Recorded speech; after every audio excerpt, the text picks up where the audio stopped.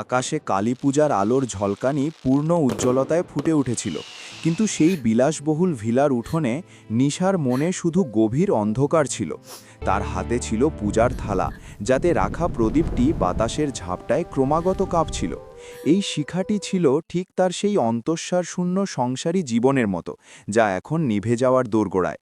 সে একে একটি মিথ্যা আশার সাহারায় এখনও বাঁচিয়ে রাখার নিরর্থক চেষ্টা করছিল, কিন্তু আজ রাতে তার সমস্ত সহনশীলতা আর ধৈর্য পুরোপুরি জবাব দিয়ে দিয়েছিল, এবং এখন সে ভেঙে পড়ার মুখে।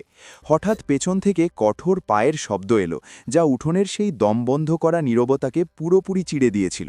এই কণ্ঠস্বর ছিল তার নিষ্ঠুর শাশুড়ি মধুরিমার, যে দামি হীরের গয়নায় মোড়া ছিল এবং যার মুখ অহংকারে থমথমে হয়েছিল। মধুরিমার চোখ সব সময় নিশাকে একটি কীটের মতো দেখত, এবং আজকের এই শুভ রাতেও তার মুখে কোনো দয়া ছিল না।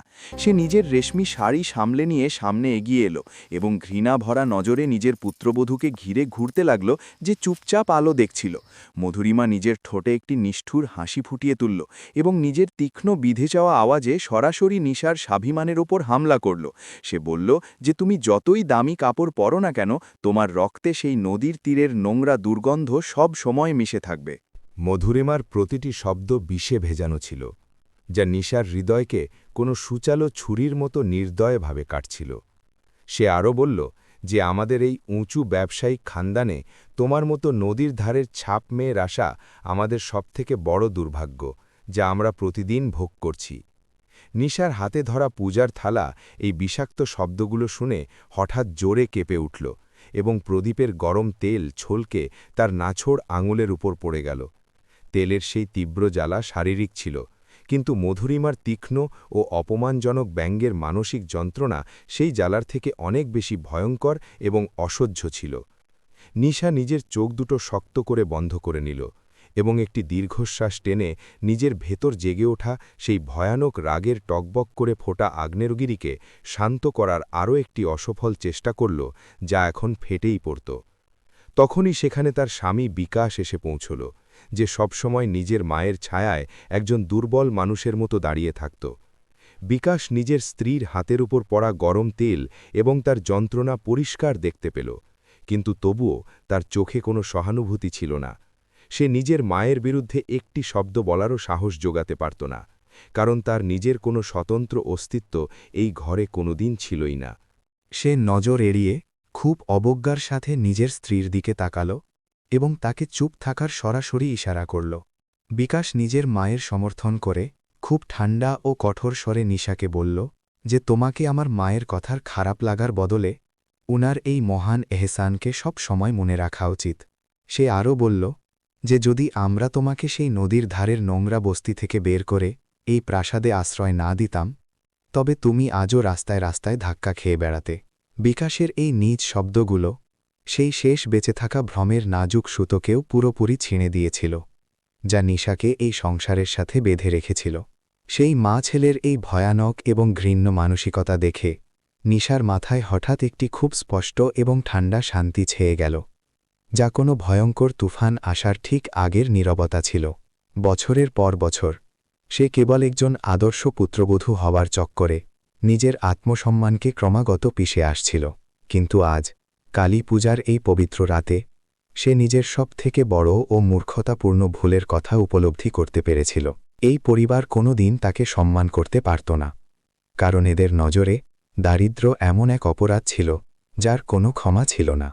নেশা নিজের চোখ খুলল, এবং এখন তার নজরে সেই আগের মতো লাচারি বা দুঃখের কোনো নাম নিশান বাকি ছিল না, বরং সেখানে শুধুমাত্র একটি বিপজ্জনক আগুন জ্বলছিল। সেই নিজের হাতের দখল পুরোপুরি ঢিলে করে দিল, এবং সেই পবিত্র পূজার থালা একটি জোরদার ও ভয়ানক ঝনঝন শব্দের সাথে সরাসরি নিচের মার্বেলের কঠোর মেঝের ওপর গিয়ে পড়ল। থালায় রাখা সেই প্রদীপ তখনই নিভে গেল, এবং সমস্ত পূজার সামগ্রী সেই দামি মেঝের ওপর বাজেভাবে ছড়িয়ে পড়ল, যা পুরো বাড়িতে একটি অদ্ভুত নিস্তব্ধতা ছড়িয়ে দিয়েছিল। থালাটি এভাবে হঠাৎ মাটিতে পড়ার সেই তীব্র আওয়াজ মধুরিমা এবং বিকাশ দুজনকেই ভেতর থেকে পুরোপুরি নাড়িয়ে দিয়েছিল, এবং তাদের মুখের রং ফ্যাকাশে হয়ে গিয়েছিল। মধুরিমা নিজের বড় বড় ও হিংস্র চোখে সেই ছড়িয়ে থাকা জিনিসপত্র দেখল, এবং তারপর অবিশ্বাসের সাথে নিজের সেই শান্ত দাঁড়িয়ে থাকা পুত্রবধূর দিকে তাকাল, যে আজ প্রথমবার বিদ্রোহ করেছিল। এই ঘরে আজ পর্যন্ত কেউ মধুরিমার সামনে নিজের গলার স্বর উঁচুতে তোলার বা তার কোনো কথাকে অগ্রাহ্য করার সাহস একেবারেই করেনি। মধুরিমার শরীর ভয়ানক রাগে কাঁপতে লাগল এবং সে চিৎকার করে নিজের হাত হাওয়ায় তুলল, যাতে সে নিশাকে তার এই চরম ধৃষ্টতার জন্য একটি জোরদার চর মারতে পারে। সে চিৎকার করে বলল যে তোর এই সাহস কিভাবে হলো যে তুই এই পবিত্র রাতে আমাদের ঘরের এই ভয়ঙ্কর অপমান করলি, এবং এখন আমি তোকে ধাক্কা দিয়ে এই ঘর থেকে সব সময়ের জন্য বের করে দেব। কিন্তু তার আগে সেই হাত নিশার গাল পর্যন্ত পৌঁছাত একটি খুব অবাক করা ঘটনা ঘটল, যা সেখানে উপস্থিত সবাইকে পুরোপুরি চমকে দিয়েছিল। নিশা খুব ক্ষিপ্রতার সাথে নিজের শাশুড়ির সেই তোলা হাতটি হাওয়ায় মজবুতভাবে ধরে নিল, এবং তার ধরা এতটাই শক্ত ছিল যে মধুরিমা যন্ত্রণায় কুঁকড়ে উঠল। নিশার চোখে এখন কোনো ভয় বা দ্বিধা ছিল না, বরং সে এমন এক সিংহীর মতো লাগছিল যে এখন নিজের শিকারের ওপর হামলা করার জন্য পুরোপুরি তৈরি হয়ে গিয়েছিল। সে মধুরিমার চোখের দিকে সরাসরি তাকিয়ে খুব ঠান্ডা ও ডরাবন স্বরে বলল যে আজকের পর আমার ওপর হাত তোলার বড় ভুল তুমি কোনো দিন করো না। নিজের শাশুড়ির হাত ঝটকিয়ে দেওয়ার পর নিশা নিজের মাথা ঘোরাল এবং সেই ভীরু বিকাশের দিকে তাকাল, যে এখনও ভয়ে নিজের জায়গায় একদম একটি মূর্তির মতো দাঁড়িয়েছিল। সে বিকাশকে বলল যে তুমি আমাকে নদীর ধারের নোংরা বলো, কিন্তু আসলে এই ভিলার ভেতরে থাকা তোমাদের এই লোকদের আত্মা সেই নদীর নর্দমার থেকেও অনেক বেশি পচা। আজ আমি তোমাদের এই দম বন্ধ করা আর নকল ধ্বনির প্রাসাদ সব সময়ের জন্য ছেড়ে চলে যাচ্ছি, এবং আমার এখন তোমাদের কোনো প্রয়োজন এই জীবনে একদম নেই। এই কথা বলে নিশা নিজের সেই ভারী পরম্পরাগত শাড়ির আঁচল খুব শানের সাথে নিজের কাঁধের ওপর পেছনের দিকে ওড়াল এবং পেছন ফিরে না তাকিয়ে ভিলার মূল দরজার দিকে এগোতে লাগল। তার কদমে এখন এক অদ্ভুত আত্মবিশ্বাস আর রাজকীয় আভিজাত্য এসে গিয়েছিল, যা আগে কোনোদিন এই ঘরের কোনো সদস্য তার মধ্যে দেখেনি, এবং সে নির্ভীকভাবে এগিয়ে যাচ্ছিল।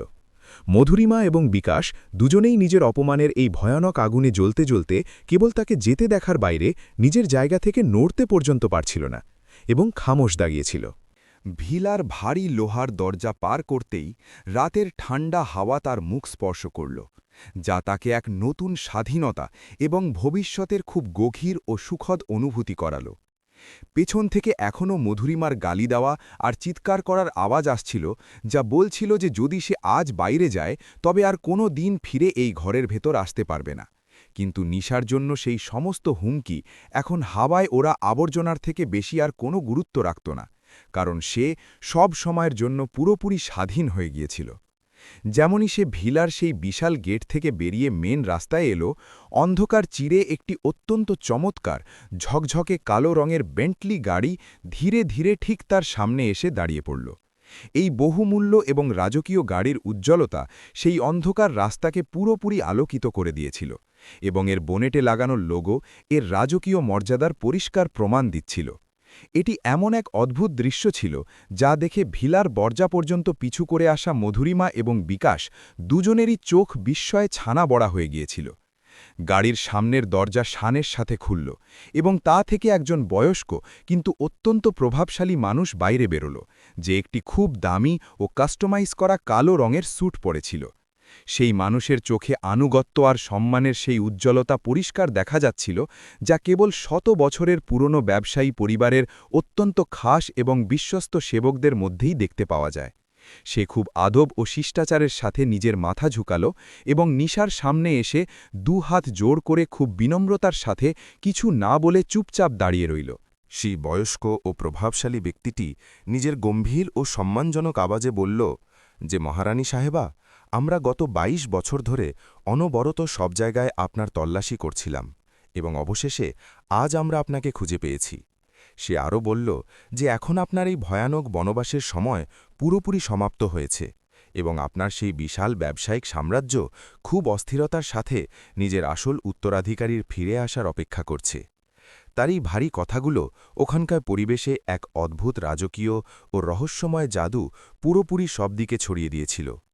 দূরে ভিলার দরজায় দাঁড়িয়ে থাকা মধুরিমা এবং বিকাশের কানে যখন সেই লোকটির এই ভারী শব্দগুলো পড়ল, তখন তাদের পায়ের নিচ থেকে যেন সব জমি সরে গেল।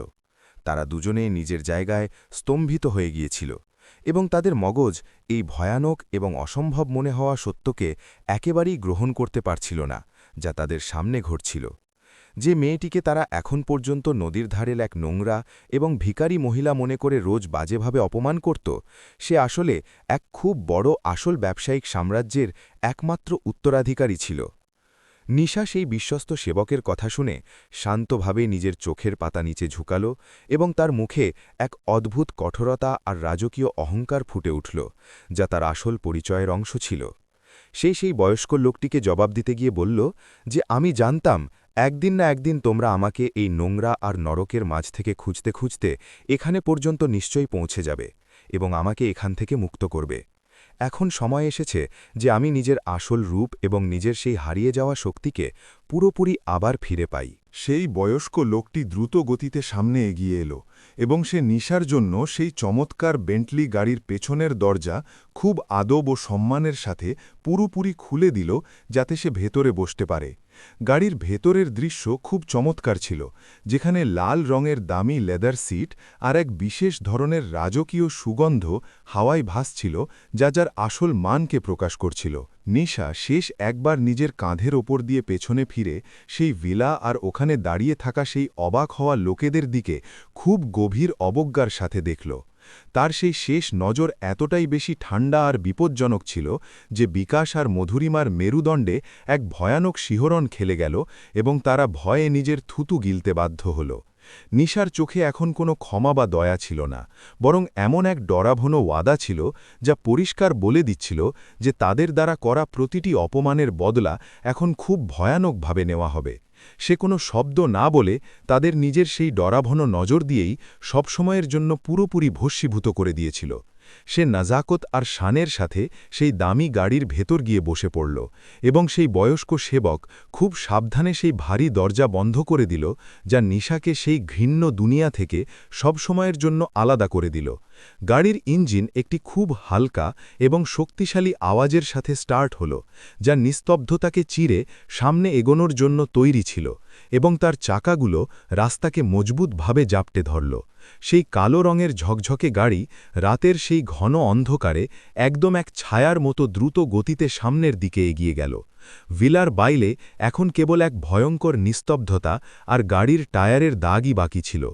অন্যদিকে মধুরিমা সেখানেই মাটিতে ধপাস করে বসে পড়ল এবং তার পুরো শরীর ভয় আর অনুশোচনার আগুনে বাজেভাবে কাঁপছিল। সে নিজের কাঁপতে থাকা হাত দিয়ে নিজের মাথা চেপে ধরল এবং মধুরিমা এটা অনুভব করতে লাগল যে সে নিজের অহংকারে কোনো ভয়ানক ও শক্তিশালী তুফানকে নিজের হাতেই জন্ম দিয়েছে। যে মেয়েটিকে সে সারা জীবন পায়ের তলায় পিষেছিল, সে আসলে তাদের পুরো খানদানকে পুরোপুরি মিটিয়ে দেওয়ার ক্ষমতা রাখত। বিকাশও নিজের জায়গায় পাগলের মতো নাড়িয়েছিল এবং তার নিঃশ্বাস খুব দ্রুত বইছিল, কারণ তার দুর্বল মগজ পরিস্থিতি সামলানোর একদমই যোগ্য ছিল না এবং সে বাজেভাবে ঘামে ভিজে গিয়েছিল। সে বারবার সেই ফাঁকা রাস্তার দিকে তাকাচ্ছিল যেখান থেকে সেই গাড়িটি উধাও হয়ে গিয়েছিল এবং তার মনে একটাই প্রশ্ন হাতুড়ির মতো আঘাত করছিল যে এখন তাদের কি হবে। তাদের সেই মিথ্যে সাম্রাজ্য, যা কেবল অন্যদের নিচু দেখানোর উপর টিকেছিল, এখন খুব বড় বিপদের মুখে এসে পড়েছিল। গাড়ির ভেতর নিশা নিজের চোখ বন্ধ করল এবং সেই নরম লেদার সিটের উপর নিজের মাথা আরাম করে হেলিয়ে দিল, যাতে তার শরীরের সমস্ত ক্লান্তি আর মানসিক চাপ ধীরে ধীরে কোনো জাদুকরী উপারে পুরোপুরি গায়েব হতে লাগল। সে নিজের সেই ভারী শাড়ির আঁচল টেনে আলাদা করল এবং নিজের ঘাড় সোজা করল, যেন সে কোনো খুব ভারী ও দমবন্ধ করা শিকল থেকে সবসময়ের জন্য মুক্ত হয়ে গেছে এবং এখন শান্তিতে নিঃশ্বাস নিচ্ছে। এখন সে নদীর ধারের কোনো গরিব মেয়ে ছিল না, বরং এক আসল আর শক্তিশালী ব্যবসায়ী উত্তরাধিকারী হয়ে উঠেছিল। ড্রাইভিং সিটের পাশে বসে থাকা সেই বয়স্ক সেবক পেছনে ফিরে অত্যন্ত সম্মানের সাথে বলল যে, মহারানী সাহেবা, এখন কি আমরা সরাসরি আপনার দাদাজির সেই মূল ব্যবসায়ী প্রাসাদের দিকে প্রস্থান করব, কারণ তিনি আপনার জন্য অত্যন্ত অস্থিরতার সাথে অপেক্ষা করছেন। নিশা নিজের সেই উজ্জ্বল চোখের পাতা খোলার পর তার চোখ এখন কোনো তীক্ষ্ণ ধারালো অস্ত্রের মতো ঝকঝক করছিল এবং সে অত্যন্ত শান্ত কিন্তু বিপজ্জনক আওয়াজে জবাব দিয়ে বলল যে হ্যাঁ, এখন সময় এসে গেছে যে আমি আমার আসল পরিবার এবং আমার সেই ব্যবসায়ী প্রাসাদে ফিরে যাই। সে জানলা দিয়ে বাইরে সেই ছুটন্ত শহর আর তার ঝলমলে আলো দেখল এবং তার ঠোঁটে এক অত্যন্ত রহস্যময় আর ঠান্ডা হাসি ফুটে উঠল, যা আসন্ন এক বিনাশকারী তুফানের সরাসরি সংকেত দিচ্ছিল। আজ কালী পূজার এই রাতটি তার জীবনকে সবসময়ের জন্য বদলে দিয়েছিল। এবং এখন সে সেই সমস্ত লোকেদের তাদের কৃতকর্মের ভয়াবহ সাজা দেবার জন্য ভিলে আসছিল যারা তাকে দুর্বল ভেবে পিষে দেওয়ার চেষ্টা করেছিল। এটি কেবল একটি শুরু ছিল এবং আসল বিপজ্জনক খেলা তো এখন গিয়ে পুরোপুরি শুরু হতে চলেছিল। বেন্টলি শহরের সেই অন্ধকার রাস্তাগুলো চিরে নিজের গন্তব্যের দিকে অত্যন্ত দ্রুত গতিতে এগিয়ে যাচ্ছিল এবং নিজের পেছনে এক এমন ভয়াবহ নিস্তব্ধতা রেখে যাচ্ছিল যা কাল সকালের মধ্যে সেই ভিলাতে ভারী তাবাহি বা ধ্বংসলীলা মচাতে চলেছিল। নিশা নিজের মুষ্টি শক্ত করে বন্ধ করল এবং নিজের মনে এই পাক্কা ইরাদা করে নিল যে সে এখন আর কারও ওপর দলা করবে না এবং নিজের এই নতুন জন্মের ব্যবহার কেবল এবং কেবল ন্যায় আর ভয়ানক প্রতিশোধ নেওয়ার জন্যই করবে। রাত এখনও অনেক লম্বা ছিল এবং তার সফর মাত্র শুরুই হয়েছিল। জানলা দিয়ে বাইরে তাকাতে তাকাতে তার মাথায় হঠাৎ নদীর ধারের সেই সরু গলিগুলোর স্মৃতি খুব দ্রুত তাজা হতে লাগল, যেখানে সে নিজের জীবনের শুরুর ২২ বছর চরম দারিদ্র্য আর ভয়ানক সংগ্রামের মধ্যে কাটিয়েছিল। তার মনে পড়ল যে কিভাবে সে সেখানে এক ফোঁটা জলের জন্য লম্বা লাইনে দাঁড়িয়ে থাকত এবং কিভাবে সেখানকার লোকেরা প্রতিদিন শুধু এক বেলার রুটি জোগাড় করার জন্য নিজের জান লাগিয়ে দিত, আর তবুও প্রায়ই ক্ষুধার্ত অবস্থাতেই ঘুমাত। সেই জীবন সত্যিই খুব ভয়ানক আর নিষ্ঠুর ছিল, যা সে কোনো দিনই ভুলতে পারত না। কিন্তু নিশা এই কথাটিও খুব ভালো করে জানত যে সেই নদীর ধারের ভয়ানক নোংরা আর ভয়াবহ মুশকিলগুলোই তাকে একটি লোহার মতো মজবুত মানুষ বানিয়েছিল, যার ভেতরে এখন আবেগের কোনো দুর্বলতাই একদম ছিল না। এই ভিলার লোকেরা তো অত্যন্ত নাজুক আর অন্তঃসার শূন্য ছিল, যারা কেবল নিজেদের মিথ্যে অহংকার আর টাকার জোরে লাফাচ্ছিল। কিন্তু তাদের ভেতরে সংগ্রাম করার বা কোনো আসল বিপদের মোকাবিলা করার কোনো শক্তি বা সাহস ছিল না। এখন সে সেই অন্তঃসার শূন্য লোকেদের তাদের আসল আর ভয়াবহ অওকাত বা যোগ্যতা খুব ভালোভাবেই দেখাতে চলেছিল। তখনই সামনে বসে থাকা সেই বয়স্ক সেবক একটি খুব দামি চামড়ার তৈরি ফাইল পেছনের দিকে বাড়িয়ে দিল এবং বলল যে, মহারানী সাহেবা, এতে আপনার সেই ব্যবসায়িক সাম্রাজ্যের সাথে যুক্ত সমস্ত গুরুত্বপূর্ণ তথ্য মজুদ আছে, যা আপনার এখন জানা উচিত। নিশা সেই ফাইলটি নিজের হাতে নিল এবং তার পাতাগুলো অত্যন্ত মনোযোগ আর গম্ভীরতার সাথে উল্টানো শুরু করল, যাতে কোটি কোটি টাকার সম্পত্তি আর বহু আন্তর্জাতিক ব্যবসার পুরো খতিয়ান অত্যন্ত স্পষ্ট পদ্ধতিতে লেখা ছিল। এইসব দেখে সে নিজের আসল শক্তির পুরোপুরি আন্দাজ করতে পারছিল। সেই কাগজপত্রগুলো পড়তে পড়তে নিশার চোখে এক অত্যন্ত তীক্ষ্ণ আর বিপজ্জনক চমক এসে গেল এবং সে মনে মনে এটা ঠিক করে নিল যে সে কাল সকাল হতেই প্রথম আঘাত নিজের সেই নিষ্ঠুর শাশুড়ি আর স্বামীর ওপরই করবে। সে তাদের সেই কোম্পানির সমস্ত শেয়ার আর সম্পত্তি নিজের নামে করে নেবে, যেটার ওপর তাদের এত বেশি অহংকার ছিল, এবং তাদের সেই রাস্তাতেই এনে দাঁড় করিয়ে দেবে যেখান থেকে তারা তাকে তুলে এনেছিল। গাড়ি এখন শহরের সীমানা পার করে সেই ঘন জঙ্গল ঘেরা রাস্তায় চলে গিয়েছিল, যা সরাসরি ব্যবসায়িক প্রাসাদ পর্যন্ত যেত। কালো রঙের সেই চমৎকার বেন্টলি গাড়ি শহরের সেই শুনশান আর অন্ধকার রাস্তাগুলো চিড়ে অত্যন্ত দ্রুত গতিতে সামনে এগিয়ে যাচ্ছিল। গাড়ির ভেতরে এক অদ্ভুত আর গভীর শান্তি ছেয়েছিল, যা বাইরের সেই ভয়ানক তুফানের একদম বিপরীত ছিল, যা নিশা নিজের পেছনে সেই ভিলাতে সবসময়ের জন্য ছেড়ে দিয়ে এসেছিল। সে আয়েশ করে পেছনের সেই নরম আর লাল রঙের লেদারের সিটে বসেছিল এবং তার চোখ জানলা দিয়ে বাইরের দিকে তাকিয়েছিল। সামনের সিটে বসে থাকা সেই বয়স্ক আর বিশ্বস্ত সেবক, যার নাম অরুণ সেন ছিল, সে বারবার পেছনে ফিরে নিজের মহারানী সাহেবাকে অত্যন্ত সম্মানভরা নজরে দেখছিল। অরুণ সেন পুরো ২২ বছর ধরে এই ব্যবসায়ী পরিবারের সবথেকে বিশ্বস্ত আর ভরসাযোগ্য মানুষ ছিল, যে নিজের পুরো জীবন শুধুমাত্র সেই হারিয়ে যাওয়া উত্তরাধিকারীকে খোঁজার পেছনেই লাগিয়ে দিয়েছিল। আজ তার সেই লম্বা আর কঠিন তপস্যা পুরোপুরি সফল হয়েছিল এবং তার মুখে এক অত্যন্ত গভীর আর সত্যি তৃপ্তি পরিষ্কার দেখা যাচ্ছিল। নিশা নিজের নজর জানলা থেকে সরাল এবং সামনে বসে থাকা সেই বিশ্বস্ত অরুণ সেনের দিকে অত্যন্ত তীক্ষ্ণ আর তেজ নজরে তাকাল। সে নিজের সেই ভারী আর পরম্পরাগত শাড়ির গয়নাগুলো এক ঝটকায় নিজের শরীর থেকে খুলে পাশের খালি সিটে ফেলে দিল, যা তাকে সেই দমবন্ধ করা জীবনের কথা মনে করিয়ে দিচ্ছিল। সে নিজের শান্ত কিন্তু অত্যন্ত অধিকারভরা আওয়াজে অরুণ সেনকে বলল যে আমাকে সেই ব্যবসায়ী পরিবার আর আমার আসল অতীত সম্পর্কে সেই সব কিছু জানতে হবে, যা এখন পর্যন্ত আমার থেকে পুরোপুরি লুকানো হয়েছিল। অরুণ সেন অত্যন্ত আদবের সাথে নিজের মাথা ঝুঁকাল এবং নিজের ভারী আওয়াজে সেই গভীর রহস্য বলতে শুরু করল, যা গত ২২ বছর ধরে দাফন ছিল। সে বলল যে মহারানী সাহেবা, আপনি কোনো সাধারণ মেয়ে নন, বরং আপনি এই দেশের সবথেকে বড় আর শক্তিশালী টেক্সটাইল সাম্রাজ্যের একমাত্র আর আসল উত্তরাধিকারী।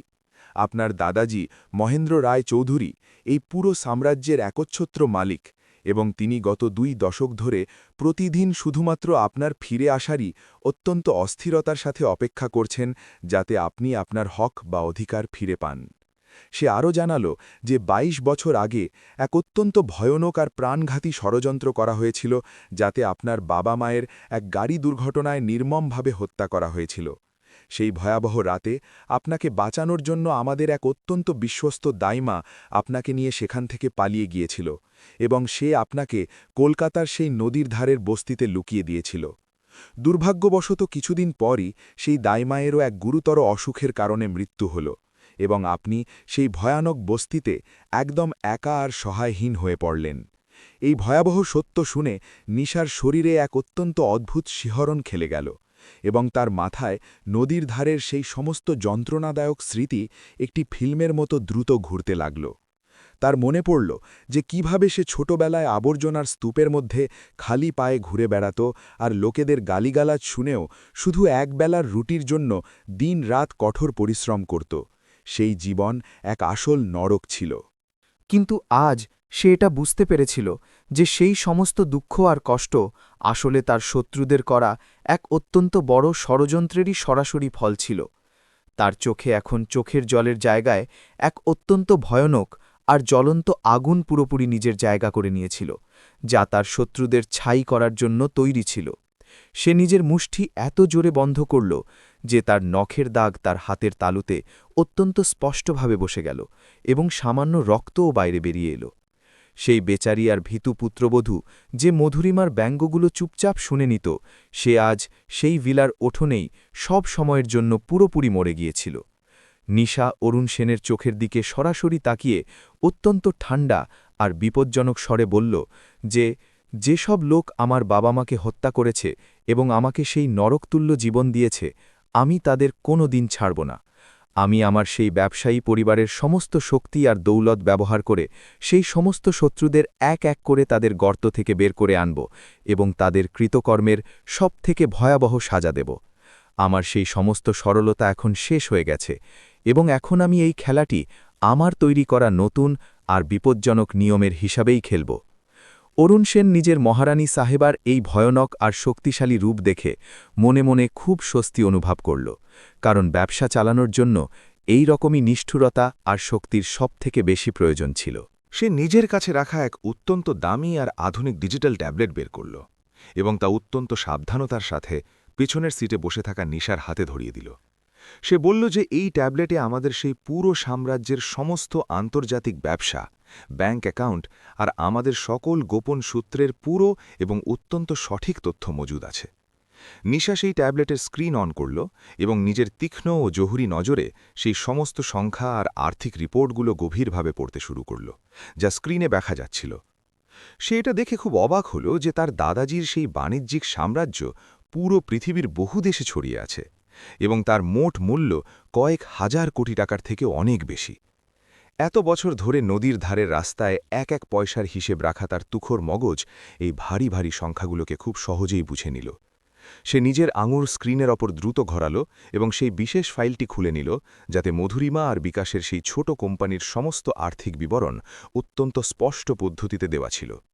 সেই কোম্পানির সমস্ত শেয়ার আর তাদের ব্যাংকের সমস্ত ঋণও আসলে সেই ব্যাংক থেকেই নেওয়া ছিল, যা সরাসরি নিশার সেই ব্যবসায়ী পরিবারের অধীনে কাজ করত। এটি এক অত্যন্ত চমৎকার আর মারাত্মক সুযোগ ছিল, যার ব্যবহার করে সে সেই অহংকারী লোকেদের পুরো জীবনকে শুধুমাত্র একটি ঝটকায় পুরোপুরি বরবাদ করে দিতে পারত। নিশার মুখে এক অত্যন্ত বিপজ্জনক আর শিকারীর মতো হাসি ফুটে উঠল, এবং সে অরুণ সেনকে নিজের প্রথম সরাসরি আদেশ দিল। সে বলল যে কাল সকাল বাজার খুলতেই বিকাশের কোম্পানির সমস্ত ঋণ তক্ষুনি ফেরত চাওয়া হোক। তার যত বড় আর প্রধান ব্যবসায়িক পার্টনার আছে তাদের সকলকে এই পরিষ্কার বার্তা পাঠিয়ে দেওয়া হোক যে তারা যদি বিকাশের সাথে কাজ করে তবে আমাদের ব্যবসায়ী পরিবারের দরজা তাদের জন্য সব সময়ের জন্য বন্ধ হয়ে যাবে। আমি দেখতে চাই যে সেই অহংকারী মধুরিমা টাকা ছাড়া নিজের সেই মিথ্যে শান কিভাবে বাঁচায়। অরুণ সেন অত্যন্ত সম্মানের সাথে নিজের ঘাড় ঝুঁকালো এবং বলল যে, যা আজ্ঞা মহারানী সাহেবা, আপনার এই আদেশের কাল সকাল সূর্য ওঠার আগেই পুরোপুরি পালন করা হবে। সে এটা দেখে খুব খুশি হচ্ছিল যে তার মহারানী সাহেবার ভেতরে মহেন্দ্র রায়চৌধুরীর মতোই এক অত্যন্ত চালাক আর কঠোর ব্যবসায়ীর মগজ মজুদ ছিল।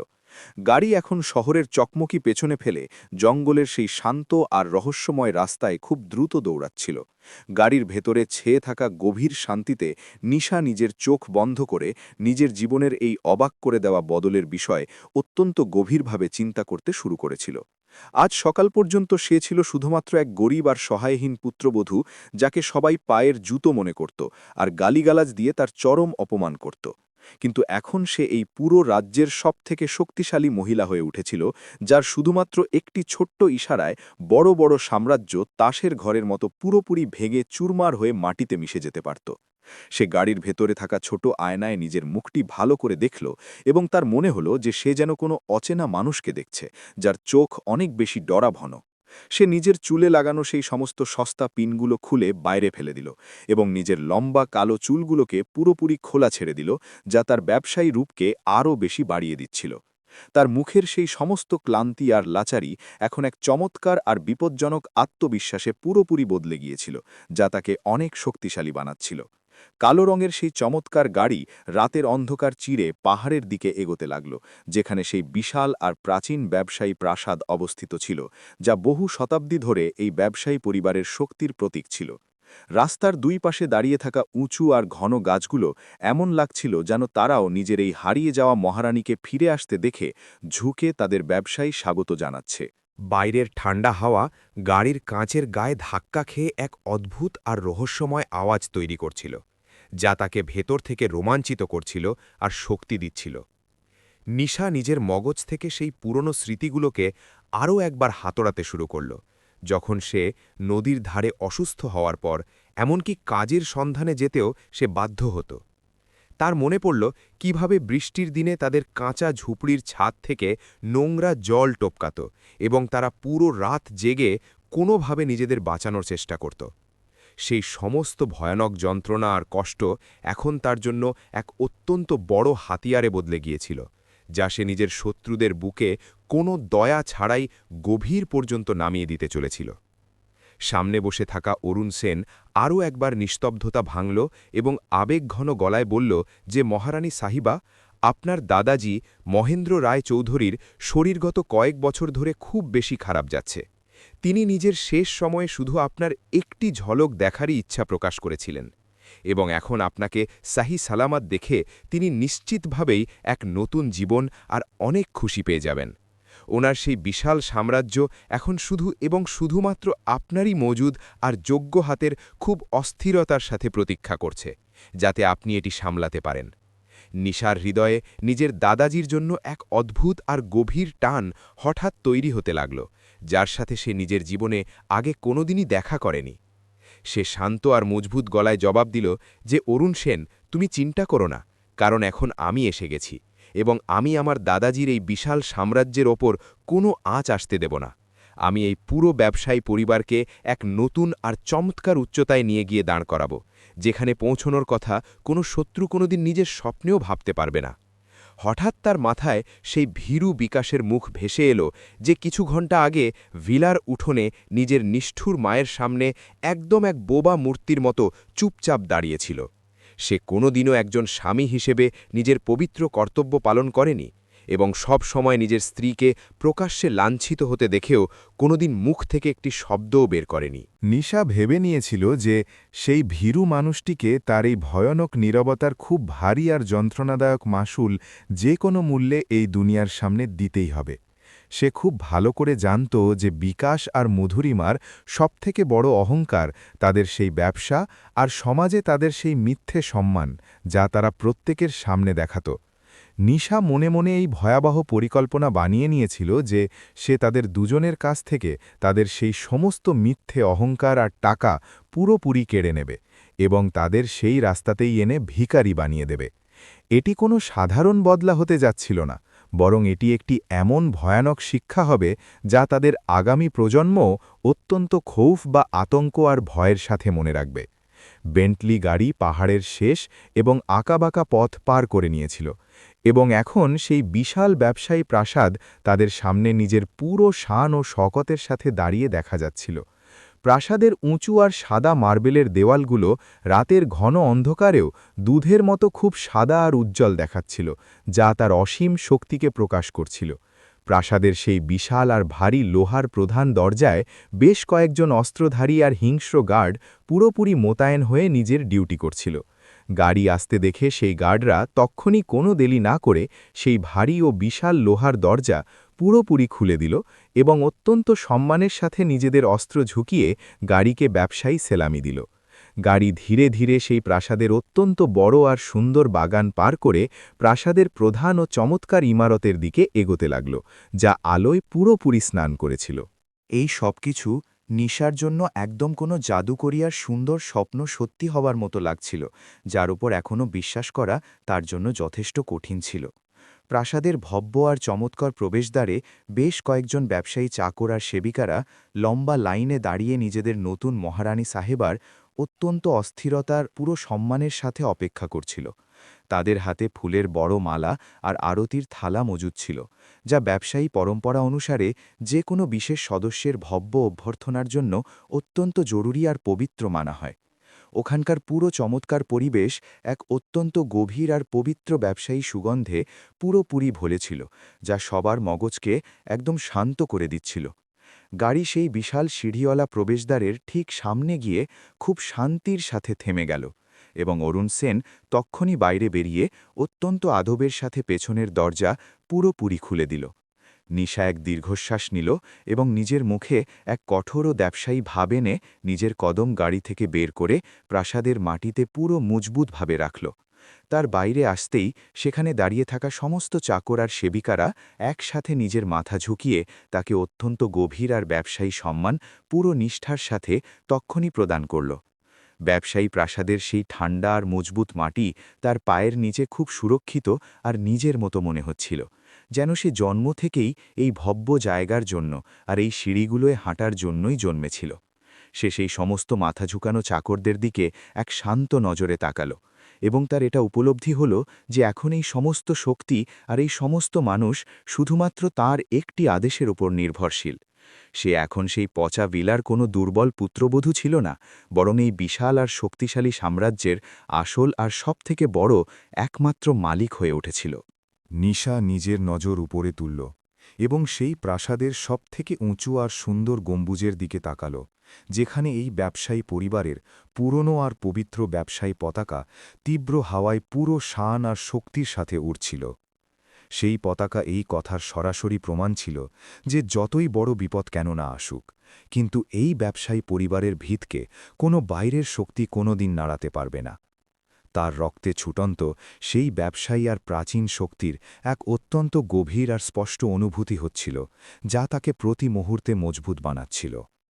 অরুণ সেন সামনে এগিয়ে এসে সম্মানের সাথে রাস্তা দেখাল এবং বলল যে মহারানী সাহেবা, দয়া করে আপনি ভেতরে আসুন, কারণ আপনার দাদাজি নিজের খাস ঘরে আপনার অত্যন্ত অস্থিরতার সাথে অপেক্ষা করছেন।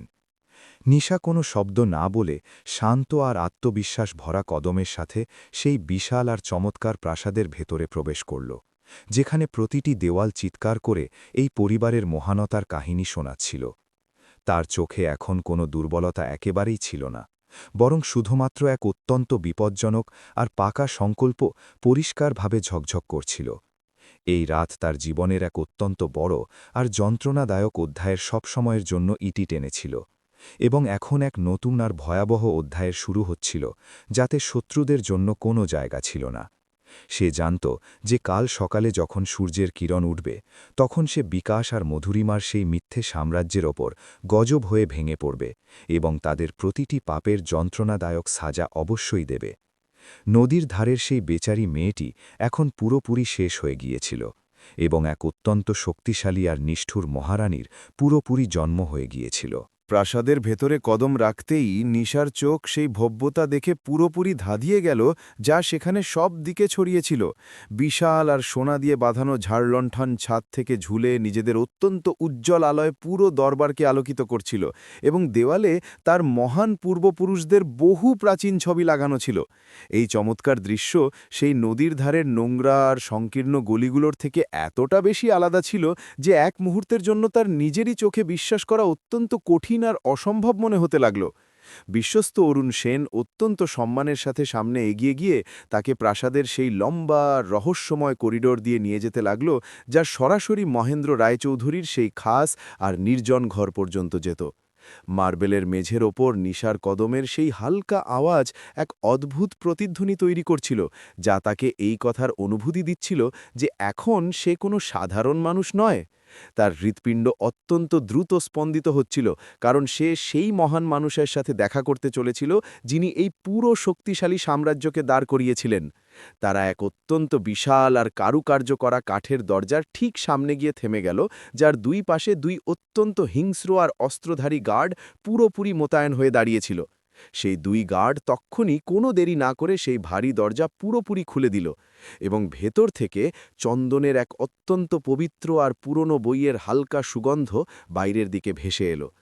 ঘরের ভেতরের আলো কিছুটা কম ছিল, কিন্তু সেই শান্ত আর রহস্যময় পরিবেশে এক অত্যন্ত ভারী আর অদ্ভুত ব্যবসায়ী শক্তির সরাসরি অনুভূতি লুকিয়েছিল। ঘরের ঠিক মাঝখানে এক অত্যন্ত বড় আর ব্যবসায়ী মখমলের চেয়ারে একজন বয়স্ক আর দুর্বল শরীরের মানুষ বসেছিলেন, যার মুখে বয়স আর খুব গভীর দুঃখের রেখা পরিষ্কারভাবে নজর আসছিল। তিনি মহেন্দ্র রায়চৌধুরী ছিলেন, যার নাম শুনলেই বড় বড় শত্রুদের ঘাম ছুটে যেত, এবং যার চোখে আজও এক অত্যন্ত তীক্ষ্ণ আর ডরাবন চমক পুরোপুরি মজুদ ছিল।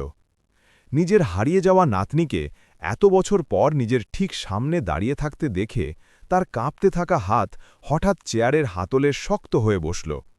মহেন্দ্র রায়চৌধুরী নিজের গম্ভীর আর কাঁপতে থাকা আওয়াজে অত্যন্ত গভীর আর সত্যি ভালোবাসার সাথে বললেন যে, আমার বাচ্চা, তুই অবশেষে এত লম্বা আর যন্ত্রণাদায়ক অপেক্ষার পর নিজের এই আসল ঘরে ফিরে এলি। তিনি আরও বললেন যে, আমি প্রতিটি দিন শুধুমাত্র এই মুহূর্তের জন্যই মৃত্যুকে নিজের থেকে দূরে সরিয়ে রেখেছিলাম, যাতে আমি আমার এই খানদানি আমানত তোমার এই মজবুত হাতে সুরক্ষিতভাবে সঁপে দিতে পারি। তার চোখ থেকে চোখের জলের কিছু ফোঁটা ছলকে তার সেই বুড়ো আর কুচকানো গালে ধীরে ধীরে বইতে শুরু করেছিল। নিশা কোনো দ্বিধা ছাড়াই তখনই সামনে এগিয়ে গিয়ে নিজের সেই মহান দাদাজির চরণ অত্যন্ত গভীর সম্মানের সাথে স্পর্শ করল, এবং তার পায়ের কাছেই সেই নরম গালিচার ওপর হাঁটু গেড়ে বসে পড়ল। সে নিজের দাদাজির চোখের দিকে সরাসরি তাকিয়ে অত্যন্ত পাকা আর মজবুত ইরাদার সাথে বলল যে, আমি আপনাকে এই কথা দিচ্ছি যে এই ব্যবসায়ী পরিবারের সম্মানে আমি কোনো দিন কোনো আঁচ আসতে দেব না। যেসব লোকই আমাদের এই ব্যবসায়ী পরিবারের ক্ষতি করার চেষ্টা করেছে, আমি তাদের সকলকে সব সময়ের জন্য মিটিয়ে দেব। মহেন্দ্র রায়চৌধুরী নিজের কাঁপতে থাকা হাত ধীরে ধীরে তুললেন এবং নিজের নাতনির মাথায় রেখে তাকে নিজের সবথেকে পবিত্র আর শক্তিশালী আশীর্বাদ পুরো মন থেকে প্রদান করলেন। তিনি অত্যন্ত গর্বের সাথে মুচকি হেসে বললেন যে, তোমার এই চোখে যে এই ভয়ানক আর বিপজ্জনক আগুন জ্বলছে, তা আমাকে একদম তোমার সাহসী বাবার কথা মনে করিয়ে দিচ্ছে, যিনি কোনোদিন কোনো শত্রুকে ভয় পাননি। আজ থেকে এই পুরো ব্যবসায়ী আর বিশাল সাম্রাজ্য শুধুমাত্র তোমার, এবং তুমি এর একমাত্র আর সবথেকে শক্তিশালী মহারানী হয়ে আমাদের সবার ওপর রাজত্ব করবে। নিজের দাদাজির সাথে দেখা করার আর তার আশীর্বাদ নেওয়ার পর নিশাকে সেই প্রাসাদের সবথেকে ভব্য আর আলিশান ব্যবসায়ী ঘরে নিয়ে যাওয়া হলো, যা বিশেষভাবে শুধুমাত্র মহারানীর থাকার জন্যই খুব সুন্দরভাবে বানানো হয়েছিল। সেই ঘরটি রেশমি পর্দা, সোনার অলংকার আর দুনিয়ার সব থেকে দামি জিনিসে পুরোপুরি সাজানো ছিল, যা যে কোনো মানুষকে আরাম আর বিলাসিতায় ডুবিয়ে দেওয়ার জন্য যথেষ্ট ছিল। কিন্তু নিশার মগজে আরাম করার কোনো চিন্তা দূরদূরান্ত পর্যন্ত মজুদ ছিল না, কারণ তাকে এখনও অনেক কাজ করতে হবে। সে তখনই সেই ব্যবসায়ী সেবিকাদের বাইরে যাওয়ার সরাসরি আদেশ দিল, এবং আলমারিতে রাখা সেই অত্যন্ত দামি আর চমৎকার আধুনিক পোশাকগুলোর মধ্যে থেকে নিজের জন্য একটি খুব শক্তপোক্ত কালো রঙের বিজনেস স্যুট বের করে নিল। সেই পরম্পরাগত আর ভারী শাড়ি সব সময়ের জন্য খুলে যখন সে সেই শক্তিশালী আর আধুনিক স্যুট পরল, তখন তার পুরো রূপ আর ব্যক্তিত্বই এক ভয়াবহ আর চালাক শাসকের মতো পুরোপুরি বদলে গেল। এখন সে নদের ধারের কোনো ভীতু মেয়ে ছিল না, বরং এক অত্যন্ত বিপজ্জনক আর তীক্ষ্ণ মগজওয়ালা আসল কর্পোরেট মহারানী লাগছিল। তৈরি হওয়ার পর সে তখনই ইন্টারকম তুলল এবং অত্যন্ত কড়া আর অধিকার ভরা আওয়াজে অরুণ সেনকে এই সরাসরি এবং কঠোর আদেশ দিল যে সে যেন প্রাসাদের সেই সব থেকে বড় আর প্রধান মিটিং রুমকে পুরোপুরি তৈরি করে। সে বলল যে আমাদের এই ব্যবসায়ী সাম্রাজ্যের যতজন সব থেকে তুখোড়ার চালাক আর্থিক উপদেষ্টা আছে তাদের সকলকে তক্ষণই কোনো দেরি না করে সেখানে আমার সামনে যে কোনো মূল্যে হাজির করা হোক, কারণ আমাকে কিছু অত্যন্ত জরুরি সিদ্ধান্ত নিতে হবে। আজ রাতে ঘুমানোর কোনো সময় নেই, কারণ কাল সকালের সূর্য শত্রুদের জন্য তাবাহি বা ধ্বংস নিয়ে আসবে। যখন সে নিজের সেই ব্যবসায়ী ঘর থেকে বাইরে বেরোল, তখন প্রাসাদের করিডোরে দাঁড়িয়ে থাকা সমস্ত হিংস্র আর অস্ত্রধারী গার্ডরা অত্যন্ত বেশি ভয় আর পুরো সম্মানের সাথে নিজের মাথা ঝুঁকাল। মাথা ঝুঁকিয়ে তাকে নিজের ব্যবসায়ী সেলামি দিল। সে অত্যন্ত তেজ ও মজবুত কদমের সাথে সেই বিশাল ও অত্যাধুনিক মিটিং রুমের ভেতরে দাখিল হল, যেখানে আগে থেকেই এই পুরো সাম্রাজ্যের সব থেকে বড় আর হুঁশিয়ার আর্থিক উপদেষ্টারা পুরোপুরি ঘাবড়ে গিয়ে দাঁড়িয়ে তার অপেক্ষা করছিল। তার ভেতরে আসতেই সেই পুরো ঘরে এক অদ্ভুত নিস্তব্ধতা আর অত্যন্ত ভারী এক আতঙ্ক পুরোপুরি ছেয়ে গেল। নিশা পাউকে কিছু না বলে সরাসরি সেই লম্বা আর অত্যন্ত দামি কাঠের তৈরি টেবিলের সেই প্রধান প্রান্তে গিয়ে বসল, যা কেবল এই ব্যবসায়ী পরিবারের সবথেকে বড় আর আসল শাসকের জন্যেই সংরক্ষিত থাকে। তার মুখে কোনো অনুভূতি বা হাসি একেবারেই ছিল না, বরং শুধুমাত্র এক অত্যন্ত ঠান্ডা আর বিপজ্জনক শান্তি ছেয়েছিল, যা সেখানে উপস্থিত সেই সমস্ত বড় ও অভিজ্ঞ আধিকারিকদের কপালে ভয়ের ঘাম এনে দিয়েছিল। সে নিজের তীক্ষ্ণ ও তেজ নজরে তাদের সকলের দিকে তাকাতে তাকাতে কোনো দেরি না করে সরাসরি কাজের কথা শুরু করল। সে অত্যন্ত কঠোর ও অধিকার ভরা আওয়াজে আদেশ দিল যে বিকাশ আর সেই অহংকারী মধুরিমার সেই ছোট কোম্পানির সমস্ত আর্থিক কাগজপত্র আর তাদের ব্যাংকের সমস্ত বড় ঋণের পুরো এবং সঠিক তথ্য তক্ষুনি আমার সামনে পেশ করা হোক।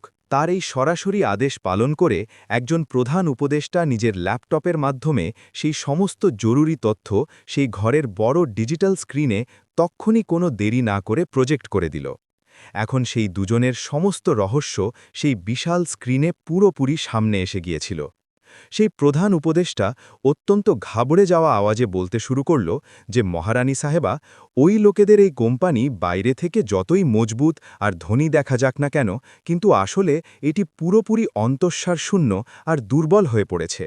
সে আরও বলল যে তারা নিজেদের দাপট বজায় রাখার জন্য আমাদেরই গোপন ব্যাংক থেকে অনেক ভারী ঋণ নিয়ে রেখেছে, যা শোধ করার ক্ষমতা এখন তাদের কাছে একদমই বাকি নেই। তারা পুরোপুরি আমাদের এই বিশাল আর শক্তিশালী জালে খুব বাজেভাবে ফেসে গেছে। এটি শুনে নিশার ঠোঁটে এক অত্যন্ত ঠান্ডা আর ভয়াবহ হাসি ফুটে উঠল, যা সেই ঘরের পরিবেশকে আরও বেশি ভয়ানক বানিয়ে দিচ্ছিল। সে খুব পরিষ্কার আর কঠোর শব্দে নিজের আদেশ জারি করে বলল যে কাল সকাল বাজার খুলতেই ওই লোকেদের ব্যাংক অ্যাকাউন্ট পুরোপুরি ফ্রিজ করে দেওয়া হোক এবং তাদের কোনো নতুন ঋণ একদম না দেওয়া হয়। আমি চাই যে তারা কাল সকালে উঠেই সবথেকে আগে নিজেদের সেই আসল বরবাদির ভয়াবহ তামাশা নিজেদের চোখে দেখুক।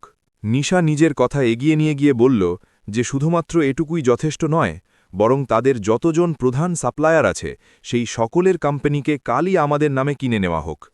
যেমনই সেই সাপ্লায়াররা আমাদের নিয়ন্ত্রণে এসে যাবে, অমনি বিকাশের সেই কোম্পানির কাঁচামাল কোনো কারণ না দেখিয়ে হঠাৎ বন্ধ করে দেওয়া উচিত, যাতে তাদের কাজ বন্ধ হয়ে যায়। এই ভয়ানক জালকে এতটা নিস্তব্ধতার সাথে বোনা হোক যাতে সেই অহংকারী বোকাগুলো আমাদের কোনো হদিস একদম না পায়। টেবিলের চারদিকে বসে থাকা সেই সমস্ত বড় আর অভিজ্ঞ আর্থিক উপদেষ্টারা নিজেদের এই নতুন মহারানীর এমন বিপজ্জনক ব্যবসায়িক বুদ্ধি দেখে পুরোপুরি অবাক হয়ে গিয়েছিল। তারা এখন পর্যন্ত এটা ভাবছিল যে সে শুধুমাত্র এক বেচারি মেয়ে, যার এই বড় ব্যবসার বিষয়ে কোনো তথ্যই থাকবে না, কিন্তু আজ সে তাদের এই মিথ্যে ভরমকে পুরোপুরি ভেঙে দিয়েছিল। তাদের এই কথাটি খুব ভালো করে বুঝে এসেছিল যে এই নতুন মহারানী নিজের শত্রুদের কুঁকড়ে দিতে কোনো দয়াই একদম দেখাবে না। অরুণ সেন যে সেই সময় নিশার ঠিক পেছনে একজন বিশ্বস্ত রক্ষকের মতো মজবুতভাবে দাঁড়িয়েছিল, তার ছাতি আজ অনেক বেশি গর্বের কারণে পুরোপুরি চওড়া হয়ে গিয়েছিল। সে সামনে এগিয়ে এসে অত্যন্ত সম্মানজনক আওয়াজে বলল যে মহারানী সাহেবা, আপনি এই কাজের বিষয়ে একদমই চিন্তা করবেন না। কারণ আপনার এই সমস্ত কঠোর আদেশের কাল সকাল সূর্য ওঠার আগেই পুরোপুরি পালন করা হবে। সেই অহংকারী পরিবার কাল এক এমন ভয়ানক মৃত্যু পাবে যাতে তাদের শরীর থেকে রক্তের একটি ফোঁটাও বাইরে পড়বে না। মিটিং শেষ হওয়ার পর নিশা নিজের এক ইশারায় সেই সমস্ত উপদেষ্টাদের ঘর থেকে বাইরে যাওয়ার সরাসরি আদেশ দিল, এবং তারা সবাই খুব শান্তি আর আতঙ্কের সাথে সেখান থেকে চলে গেল। এখন সেই বিশাল ঘরে সে একদম একা দাঁড়িয়েছিল, এবং তার তীক্ষ্ণ নজর সেই কাঁচের জানলার বাইরে থাকা সেই চকচকে শহরের আলোগুলোকে খুব গভীরভাবে দেখছিল। সে এটা খুব ভালো করেই জানত যে সেই আলোগুলোর মাঝে কোথাও সেই ভিলাটিও মজুদ আছে যা কাল বাজেভাবে ভেঙে পড়তে চলেছে। এই সময় জানলার কাছে দাঁড়িয়ে তার আরও একবার নদীর ধারে সেই অন্ধকার গলিগুলোর কথা মনে পড়তে লাগল, যেখানে সে নিজের জীবনের সবথেকে বেশি কঠিন দিন কাটিয়েছিল এবং অনেক কষ্ট সহ্য করেছিল। সেই দারিদ্র্য আর সেই ভয়ানক অনাহার কোনো অভিশাপ ছিল না, বরং সেটি একটি এমন চুল্লি ছিল যা তাকে পুড়িয়ে এক অত্যন্ত মজবুত আর বিপজ্জনক হাতিয়ারে পুরোপুরি বদলে দিয়েছিল। এই অন্তঃসারশূন্য আর ধনী সমাজের কাছে এমন কোনো আসল শক্তিই ছিল না যা এখন তারই ঢরাবনো তুফানের সামনে দাঁড়াতে পারে। সে ধীরে ধীরে ঘুরল এবং ঘরের একটি দেওয়ালের দিকে হাঁটতে লাগল, যেখানে তার স্বর্গীয় বাবা মায়ের এক অত্যন্ত বিশাল আর সুন্দর ছবি লাগানো ছিল, যা ফুলের মালায় পুরোপুরি সাজানো ছিল। সে নিজের হাত বাড়িয়ে নিজের মায়ের সেই মুচকি হাসা মুখটিকে নিজের আঙুল দিয়ে অত্যন্ত আদর আর দুঃখের সাথে স্পর্শ করল, যাতে তার চোখে জল এসে গেল। সে খুব ধীর কিন্তু পাকা আওয়াজে তাদের এই ওয়াদা করল যে এখন তাদের সমস্ত আসল অপরাধীদের একদমই রেহাই দেওয়া হবে না। তার হঠাৎ নিজের সেই নিষ্ঠুর শাশুড়ি মধুরিমার এক অত্যন্ত পুরনো আর ঘৃণ্য আচরণের কথা মনে পড়ে গেল, যখন সে মন্দিরের বাইরে বসে থাকা গরিব ভিখারিদের ওপর নিজের অহংকারে কিছু কয়েন অত্যন্ত ঘৃণার সাথে ছুঁড়ে মারত। মধুরিমার সবসময় নিজের সেই অন্তর্সারশূন্য টাকা আর নিজের মিথ্যে শানের ওপর এক অত্যন্ত ভয়ানক আর অন্ধ অহংকার ছিল, যা তাকে রাক্ষসী বানিয়ে দিয়েছিল। এখন নিশা এটা ঠিক করে নিয়েছিল যে সে সেই মহিলার থেকে তার সেই সমস্ত মিথ্যে দৌলত খুব নির্মমভাবে কেড়ে নেবে এবং তাকে সেই রাস্তাতেই এনে দাঁড় করাবে। সেই প্রাসাদের ভেতরে সময় খুব দ্রুত পার হতে শুরু করেছিল এবং রাতের ঘন অন্ধকার ধীরে ধীরে কম হতে শুরু করেছিল, কারণ বাইরে আকাশে সকালের এক নতুন আলো এখন পরিষ্কার নজর আসতে শুরু করেছিল। নিশা পুরো রাত সেই কাঁচের বড় জানলার সামনে চোখের পলক না ফেলে একদম এক পাথরের মূর্তির মতো অনবরত দাঁড়িয়ে রইল, আর সেই নতুন সূর্যের অস্থিরতার সাথে অপেক্ষা করতে লাগল। এই নতুন সূর্য সেই ভীরু আর অহংকারী পরিবারের জন্য তাদের জীবনের সবথেকে শেষ আর ভয়াবহ দিন নিয়ে আসতে চলেছিল। ঠিক সেই সময় দরজায় এক হালকা টোকা পড়ল এবং এক ব্যবসায়ী সেবিকা সোনার এক সুন্দর ট্রেতে গরম গরম চা নিয়ে খুব ভয় আর সম্মানের সাথে সেই শান্ত ঘরের ভেতরে দাখিল হল। নিশা জানলা থেকে নজর সরাল এবং ধীরে ধীরে ঘুরে সেই ভীতু সেবিকার দিকে এক অত্যন্ত গভীর আর ঠান্ডা নজরে তাকাল, যাতে সেই সেবিকা বাজেভাবে কেঁপে উঠল। তার সেই তীক্ষ্ণ চোখে এখন কেবল একটি জিনিসই পরিষ্কার ঝকঝক করছিল, আর তা হল কোনো দয়া ছাড়াই শত্রুদের পুরোপুরি বিনাশ। সে সেই সেবিকার কাঁপতে থাকা হাত থেকে সেই সোনার কাপটি নিল এবং চায়ের এক চুমুক দিয়ে নিজের টেবিলে রাখা ডিজিটাল ট্যাবলেটটি নিজের হাতে অত্যন্ত মজবুতভাবে তুলে নিল, যা ছিল তার আসল হাতিয়ার। স্ক্রিনে বিকাশ আর মধুরিমার বরবাদির সেই ফাইনাল মাস্টার প্ল্যান মজুদ ছিল, যা শুধু তার এক আঙুলের সরাসরি ইশারারই অপেক্ষা করছিল। নিশা নিজের আঙুল দিয়ে সেই লাল বাটনটি জোরে টিপে দিল এবং এরই সাথে শত্রুদের সেই ভয়াবহ শেষ পুরোপুরি শুরু হয়ে গেল। পরের দিন সকালে যখন সূর্যের কিরণ সেই পুরনো ভিলার উঠোনে পুরোপুরি পৌঁছল, তখন সেখানকার দৃশ্য ছিল অত্যন্ত ডরাবনো আর ভয়ানক। মধুরিমা আর বিকাশ দুজনেরই চোখে সারা রাত না ঘুমানোর কারণে এক অদ্ভুত লাল আর হিংস্র চমক পরিষ্কার দেখা যাচ্ছিল। মধুরিমা নিজের সেই ভারী অহংকারে এখনও এটাই ভাবছিল যে নিশা কোনো বড় ধনী মানুষের গাড়িতে বসে পালিয়ে গেছে। সে নিজের সেই অন্তঃসার শূন্য ইজ্জত বাঁচানোর জন্য পাগলের মতো চিৎকার করছিল আর সমস্ত চাকরদের গালিগালাজ দিচ্ছিল। বিকাশ নিজের মুখে এক অত্যন্ত মিথ্যে আর সাজানো আত্মবিশ্বাস ওড়াল এবং তৈরি হয়ে নিজের কোম্পানির প্রধান কার্যালয়ের দিকে খুব দ্রুত বেরিয়ে গেল। সে নিজের সেই ভীতু মনকে বারবার এই মিথ্যে সান্ত্বনা দিচ্ছিল যে সেই নদীর ধারে ছাপ মেরে যাওয়ার ফলে তাদের এই মহান সাম্রাজ্যে কোনো খারাপ প্রভাব একদমই পড়বে না। কিন্তু যেমনই সে নিজের চমৎকার গাড়ি থেকে বাইরে পা রাখল এবং নিজের সেই উঁচু কাচের ইমারতের ভেতরে প্রবেশ করল, অমনি সেখানকার দৃশ্য দেখে তার পায়ের তলার মাটি সরে গেল। কার্যালয়ের ভেতরে তার সমস্ত কর্মচারী পুরোপুরি ঘাবড়ে গিয়েছিল এবং তাদের মুখে এক অদ্ভুত আর অত্যন্ত ভারী আতঙ্ক পুরোপুরি ছেয়েছিল। বিকাশের প্রধান সচিব দৌড়ে তার কাছে এলো এবং সে কাঁপতে থাকা আওয়াজে এই ভয়াবহ খবর দিল যে তাদের সমস্ত ব্যাংক অ্যাকাউন্ট হঠাৎ পুরোপুরি ফ্রিজ করে দেওয়া হয়েছে।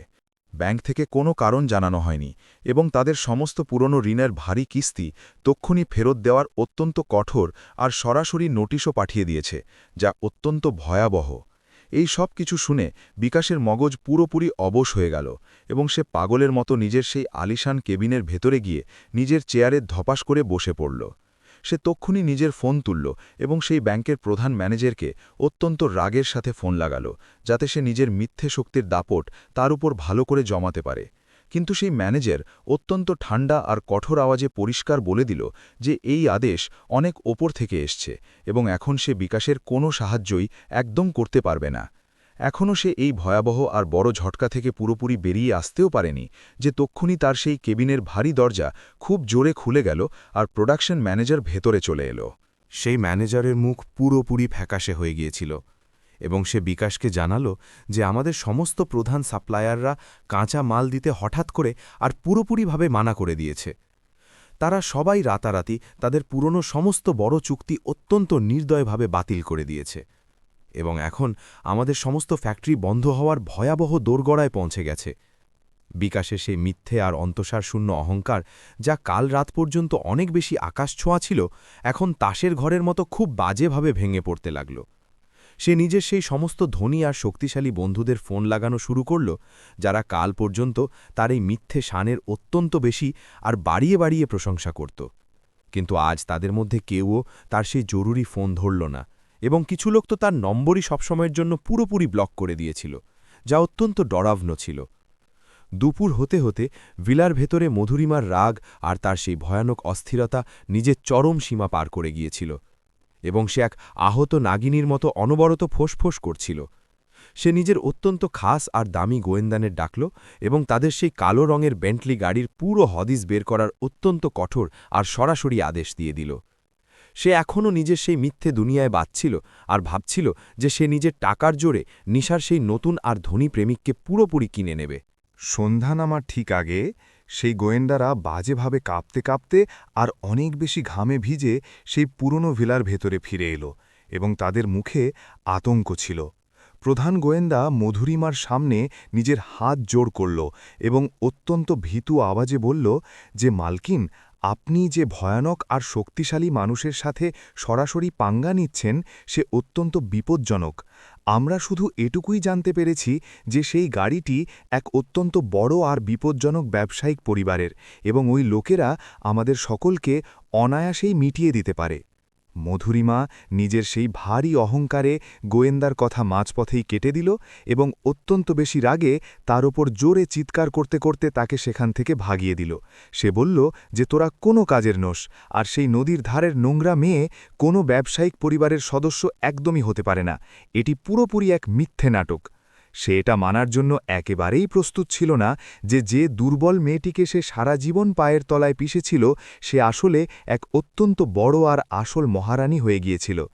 সেই রাতে বিকাশ এক হেরে যাওয়া আর পুরোপুরি ভেঙে পড়া মানুষের মতো ফিরে নিজের সেই ভিলাতে এলো এবং তার মুখের রং পুরোপুরি উড়ে গিয়েছিল। সে নিজের নিষ্ঠুর মা মধুরিমাকে সমস্ত সত্য জানাল যে কিভাবে তাদের সেই বিশাল ব্যবসায়িক সাম্রাজ্যের ভিত পুরোপুরি কেটে গেছে এবং এখন তারা পুরোপুরি দেউলিয়া হতে চলেছে। তাদের কোম্পানির সমস্ত শেয়ার খুব দ্রুত পড়ে গিয়েছিল এবং বাজারে তাদের সেই মিথ্যে আর অন্তঃসার শূন্য নাম পুরোপুরি মাটিতে মিশে গিয়ে খুব বাজেভাবে বরবাদ হয়ে গিয়েছিল। মধুরিমা এই ভয়াবহ সত্য শুনে নিজের জায়গায় ধপাস করে বসে পড়ল এবং তার শরীর থেকে সমস্ত দামি অলংকার এক অদ্ভুত আওয়াজ করে মাটির সাথে খুব বাজেভাবে ধাক্কা খেল। সে এখন এটা বুঝতে পারছিল যে এই সব কিছু হঠাৎ হওয়া কোনো সাধারণ দুর্ঘটনা একদমই নয়, বরং এর পেছনে কোনো অনেক বেশি শক্তিশালী আর অদৃশ্য শত্রু পুরোপুরি মজুদ আছে। তাদের সেই সমস্ত মিথ্যে দাপট আর সেই অহংকারী সমাজ যার জন্যে তারা নিশাকে অনবরত লাঞ্ছিত করত, আজ সেই সব কিছু তাদের হাত থেকে বালির মতো পিছলে গিয়েছিল। ইতিমধ্যে সেই বিশাল আর প্রাচীন ব্যবসায়ী প্রাসাদের ভেতরে বসে থাকা নিশা নিজের সেই অত্যন্ত অত্যাধুনিক আর বড় ডিজিটাল স্ক্রিনে নিজের শত্রুদের এই ভয়াবহ বরবাদির তামাশা লাইভ দেখছিল। তার ঠোঁটে এক অত্যন্ত শান্ত আর বিপজ্জনক হাসি ছেয়েছিল, যা পরিষ্কার বলে দিচ্ছিল যে তার এই তীর নিজের সঠিক নিশানায় খুব ভালোভাবেই লেগেছে। অরুণ সেন তার ঠিক পেছনে এক মজুদ দেওয়ালের মতো দাঁড়িয়েছিল এবং নিজের এই নতুন মহারানীর সেই চমৎকার আর তুখোড় রণনৈতিক মগজের অনেক বেশি প্রশংসা মনে মনে করছিল। নিশা নিজের সেই দামি কফির কাপ ধীরে ধীরে টেবিলের ওপর রাখল এবং অরুণ সেনের দিকে না তাকিয়েই খুব শান্ত আর অধিকার ভরা আওয়াজে নিজের পরবর্তী আদেশ জারি করে দিল। সে বলল যে এটি তো কেবল তাদের একটি খুব ছোট সাজার শুরু মাত্র, এবং এখন আমি চাই যে তুমি তাদের বাড়ির সমস্ত চাকরদের তক্ষুনি কিনে নাও। কাল সকাল হতেই সেই ভিলা বা প্রাসাদের ভেতরে কাজ করা একটিও মানুষ সেখানে মজুদ থাকা উচিত নয়, এবং তাদের এটা উপলব্ধি হওয়া উচিত যে লাচারি বা অসহায়তা কি হয়। অরুণ সেন অত্যন্ত গভীর সম্মানের সাথে নিজের মাথা ঝোকাল এবং বলল যে যা আজ্ঞা মহারানী সাহেবা, আপনার এই আদেশের কাল সকাল পর্যন্ত পুরোপুরি পালন হয়ে যাবে। সে আরও বলল যে মধুরিমা আর বিকাশ এখন এই পুরো শহরে কোনো মানুষের কাছে কোনো সাহায্যই চাইতে পারবে না, কারণ আমরা তাদের সমস্ত রাস্তা পুরোপুরি বন্ধ করে দিয়েছি। তারা এখন এক এমন ভয়াবহ আর গভীর কুয়োর মধ্যে পড়ে গেছে যেখান থেকে বাইরে বেরোনোর কোনো রাস্তা এই দুনিয়ায় দূর দূরান্ত পর্যন্ত মজুদ নেই। পরের দিন সকালে যখন মধুরিমা ঘুম থেকে উঠল, তখন ভিলাতে এক অত্যন্ত ডরাবনো আর ভারী নিস্তব্ধতা ছড়িয়েছিল, যা তার আত্মাকে খুব বাজেভাবে ভেতর পর্যন্ত কাঁপিয়ে দিচ্ছিল। সে নিজের চাকরদের ডাকল, কিন্তু কেউও তাকে কোনো জবাব দিল না, কারণ তারা সবাই নিজেদের সমস্ত জিনিসপত্র নিয়ে সেখান থেকে সব সময়ের জন্য পালিয়ে গিয়েছিল, এবং ভিলা একদম খালি ছিল। রান্নাঘর পুরোপুরি ঠান্ডা পড়েছিল, এবং সেই বিশাল ভিলার ভেতরে প্রাতরাশ বানানোর বা জল দেওয়ার মতো কোনো মানুষ এখন আর অবশিষ্ট ছিল না। এই সব কিছু দেখে মধুরিমার মগজ পুরোপুরি অবশ হয়ে গেল, এবং সে পাগলের মতো চিৎকার করতে করতে সেই বিশাল আর খালি ভিলার লম্বা করিডরগুলোতে দিশেহারা হয়ে দৌড়াতে লাগল। তার সেই সমস্ত মিথ্যে অহংকার, যা সব সময় অন্যকে ছোট দেখানোর ওপর টিকেছিল, আজ সেই সব কিছু এক ঝটকায় কাঁচের টুকরোর মতো খুব বাজেভাবে ভেঙে চুরমার হয়ে গিয়েছিল। সে নিজের সেই অনেক দামি আর ভারী রেশমি শাড়ি সামলাতে সামলাতে বিকাশের ঘরের দিকে দৌড়াল, আর জোরে জোরে দরজায় ধাক্কা দিয়ে কাঁদতে ও খুব বাজেভাবে চিৎকার করতে লাগল। বিকাশ যখন নিজের দরজা খুলল, তখন তার অবস্থা নিজের সেই নিষ্ঠুর মায়ের থেকেও অনেক বেশি খারাপ আর ডরাবনো লাগছিল, কারণ সে সারা রাত একদমই ঘুমাতে পারেনি। সে কাঁদতে কাঁদতে নিজের মাকে জানালো যে ব্যাংক থেকে এখন তাদের এই বাড়িটি নিলাম করারও এক অত্যন্ত কঠোর আর শেষ নোটিশ আজ সকালেই মেল করে দিয়েছে। এখন তাদের কাছে নিজেদের কোনো টাকা বা বাড়ি বাকি নেই, এবং খুব শীঘ্রই তাদের এই ভিলা থেকেও পুরোপুরি ধাক্কা মেরে বাইরে বের করে দেওয়া হবে, যা অত্যন্ত ভয়াবহ। মধুরিমা নিজের 2 হাত দিয়ে নিজের মাথা ধরে নিল, এবং সে সেখানেই মেঝের ওপর হাঁটু গেড়ে খুব বাজেভাবে পড়ে গেল, কারণ তার হৃদয়ে এই সব কিছু সহ্য করতে পারছিল না। তার এখন সেই রাতের কথা খুব বেশি মনে পড়ছিল, যখন সে নিশাকে নদীর ধারের নোংরা নর্দমার মেয়ে বলে অত্যন্ত বাজেভাবে অপমানিত করেছিল আর তাকে ধাক্কা দিয়েছিল। আজ সে নিজে সেই নোংরা নর্দমাতেই পড়তে চলেছিল, এবং এখন তাকে বাঁচানোর জন্য এই পুরো দুনিয়ায় কোনো মানুষই নিজের হাত একদমই বাড়িয়ে দেবে না। হঠাৎ ভিলার সেই প্রধান আর বড় গেটে অনেক মিডিয়াকর্মী আর সাংবাদিকদের এক অত্যন্ত ভারী ভিড় পাগলের মতো জমা হয়ে গেল, এবং তারা জোরে জোরে চিৎকার করতে লাগল। কোনো অজানা সূত্র সেই সমস্ত সাংবাদিকদের এই মিথ্যে খবর দিয়ে দিয়েছিল যে বিকাশের সেই বড় কোম্পানি এক অনেক বড় আর্থিক কেলেঙ্কারিতে পুরোপুরি সামিল আছে, এবং তারা চোর। মধুরিমা আর বিকাশ দুজনেই ভয়ের চোটে জানলার পেছনে লুকিয়ে পড়ল, এবং তারা বাইরে সেই ভয়ানক ভিড় দেখে ইঁদুরের মতো খুব বাজেভাবে কাঁপতে লাগল। ব্যবসায়ী প্রাসাদের ভেতরে নিশা নিজের সেই বিশাল ও রাজকীয় সোফায় আয়েশ করে বসে এই পুরো তামাশা টিভিতে লাইভ দেখছিল, এবং তার মুখে খুব তৃপ্তি ছিল। সে নিজের হাতে এক অত্যন্ত সুন্দর লাল আপেল নিল এবং তাকে ছুরি দিয়ে খুব ধীরে ধীরে আর নির্মমভাবে কাটতে শুরু করল, যেন সে নিজের শত্রুদের কাটছে। সে এটি খুব ভালো করেই জানত যে যখন মানুষের সমস্ত অহংকার আর মিথ্যে সম্মান সমাজের সামনে কেড়ে নেওয়া হয়, তখন তা মৃত্যুর থেকেও বেশি ভয়ানক যন্ত্রণা দেয়। নিশা অরুণ সেনকে নিজের কাছে ডাকল এবং অত্যন্ত ধীর ও শান্ত আওয়াজে বলল যে এখন সময় এসে গেছে যে এই খেলাটিকে এক নতুন আর বিপজ্জনক মোড়ে নিয়ে যাওয়া হোক। সে বলল যে বিকাশের সেই ডুবন্ত কোম্পানির সমস্ত বেঁচে থাকা শেয়ার খুব কম দামে বাজার থেকে তখনই পুরোপুরি কিনে নেওয়া হোক, যাতে তা পুরোপুরি আমার হয়ে যায়। আমি চাই যে যখন তারা ওই নতুন মালিকের সাথে দেখা করতে আসুক, তখন তাদের মুখের রং দেখে আমি সবথেকে বেশি খুশি আর তৃপ্তি পেতে পারি। অরুণ সেন এক অত্যন্ত ডরাবনো আর চালাক হাসির সাথে নিজের মাথা ঝুঁকাল এবং তখনই নিজের কাজে পুরোপুরি লেগে পড়ল যাতে সে এই আদেশ পূরণ করতে পারে। সে জানত যে তার মহারানী সাহেবার এই মগজ যে কোনো বড় আর পুরনো ব্যবসায়ীর থেকে অনেক তেজ আর বিপজ্জনক, যা শত্রুদের জীবিত থাকা সত্ত্বেও মৃত্যুর ঘুমে শুইয়ে দিতে পারে। বিকাশ আর মধুরিমা এখন পুরোপুরিভাবে এমন গভীর জালে ফেসে গিয়েছিল যা খোদ তাদের লালচ আর ভারী অহংকার তাদের জন্য খুব ভালো করে বুনেছিল। ভিলার ভেতরে বিকাশ নিজের উকিলদের কাছে অনেক সাহায্য চাওয়ার চেষ্টা করল, কিন্তু কোনো বড় উকিলই তার কেস লড়তে খুব পরিষ্কার শব্দে পুরোপুরি অস্বীকার করে দিল। তাদের এই কঠোর নির্দেশ দেওয়া হয়েছিল যে তারা যদি বিকাশের কোনো আইনি সাহায্য করে, তবে তাদের নিজেদের কেরিয়ার সব সময়ের জন্য খুব বাজেভাবে তাবাহ বা ধ্বংস করে দেওয়া হবে, যা বিপজ্জনক হবে। এটি এক অত্যন্ত বড় আর অদৃশ্য শক্তির সরাসরি আতঙ্ক ছিল, যা পুরো শহরকে নিজের অত্যন্ত মজবুত ও বিপজ্জনক মুঠোর মধ্যে পুরোপুরি জড়িয়ে রেখেছিল। মধুরিমা নিজের সমস্ত পুরনো শান আর অহংকার তুচ্ছ করে নিজের কিছু অত্যন্ত খাস আর ধনী আত্মীয়দের ফোন করল, যাতে সে তাদের থেকে কিছু টাকার সরাসরি সাহায্য চাইতে পারে। কিন্তু সেই সমস্ত আত্মীয়রা তার এই অসহায়তা শুনে হয় অত্যন্ত বাজে বাহানা বানিয়ে দিল, অথবা তার ফোনই সরাসরি কেটে দিল, যা মধুরিমার জন্য বড় ঝটকা ছিল। যেসব লোক কাল পর্যন্ত তার সেই ভিলাতে দামি মদ খেত, আজ তারা সবাই তাকে চিনতে পর্যন্ত পুরোপুরি আর খুব নির্লজ্জভাবে অস্বীকার করে গিয়েছিল।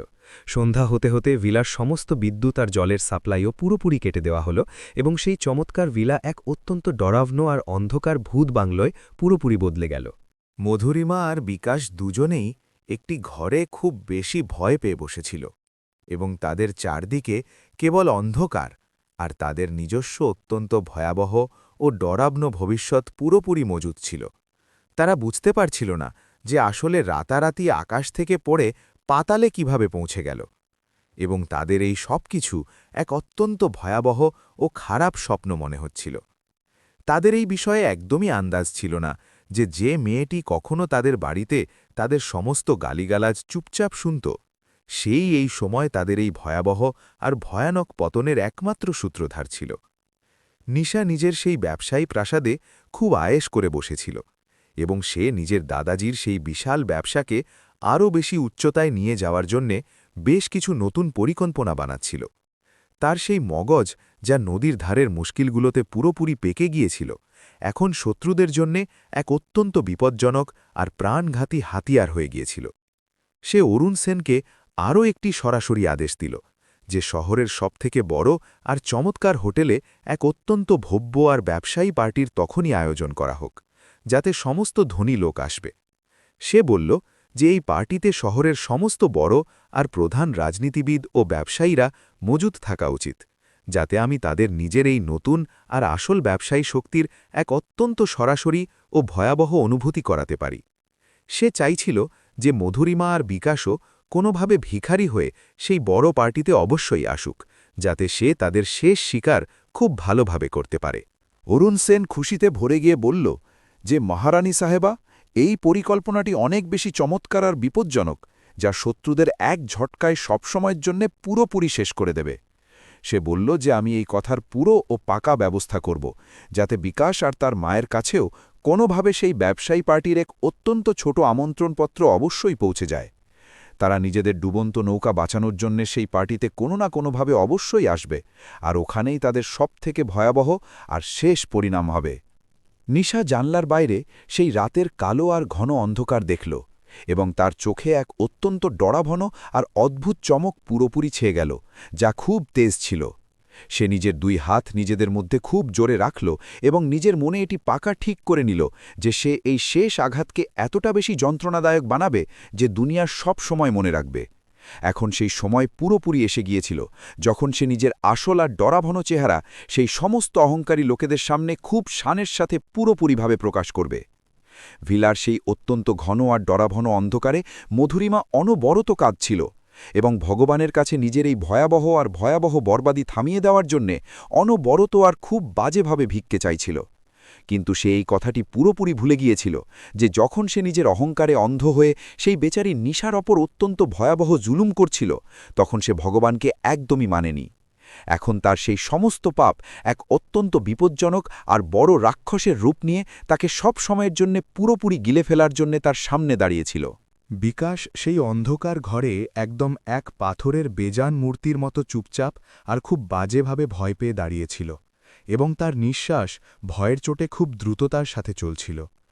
সে এটি ভাবার চেষ্টা করছিল যে কাল সকালে যখন সে ঘর থেকে বাইরে বেরোবে তখন সে ওই সমস্ত লোকেদের মোকাবিলা কিভাবে করবে যারা কাল পর্যন্ত তাকে এক অনেক বড় রাজা মনে করত।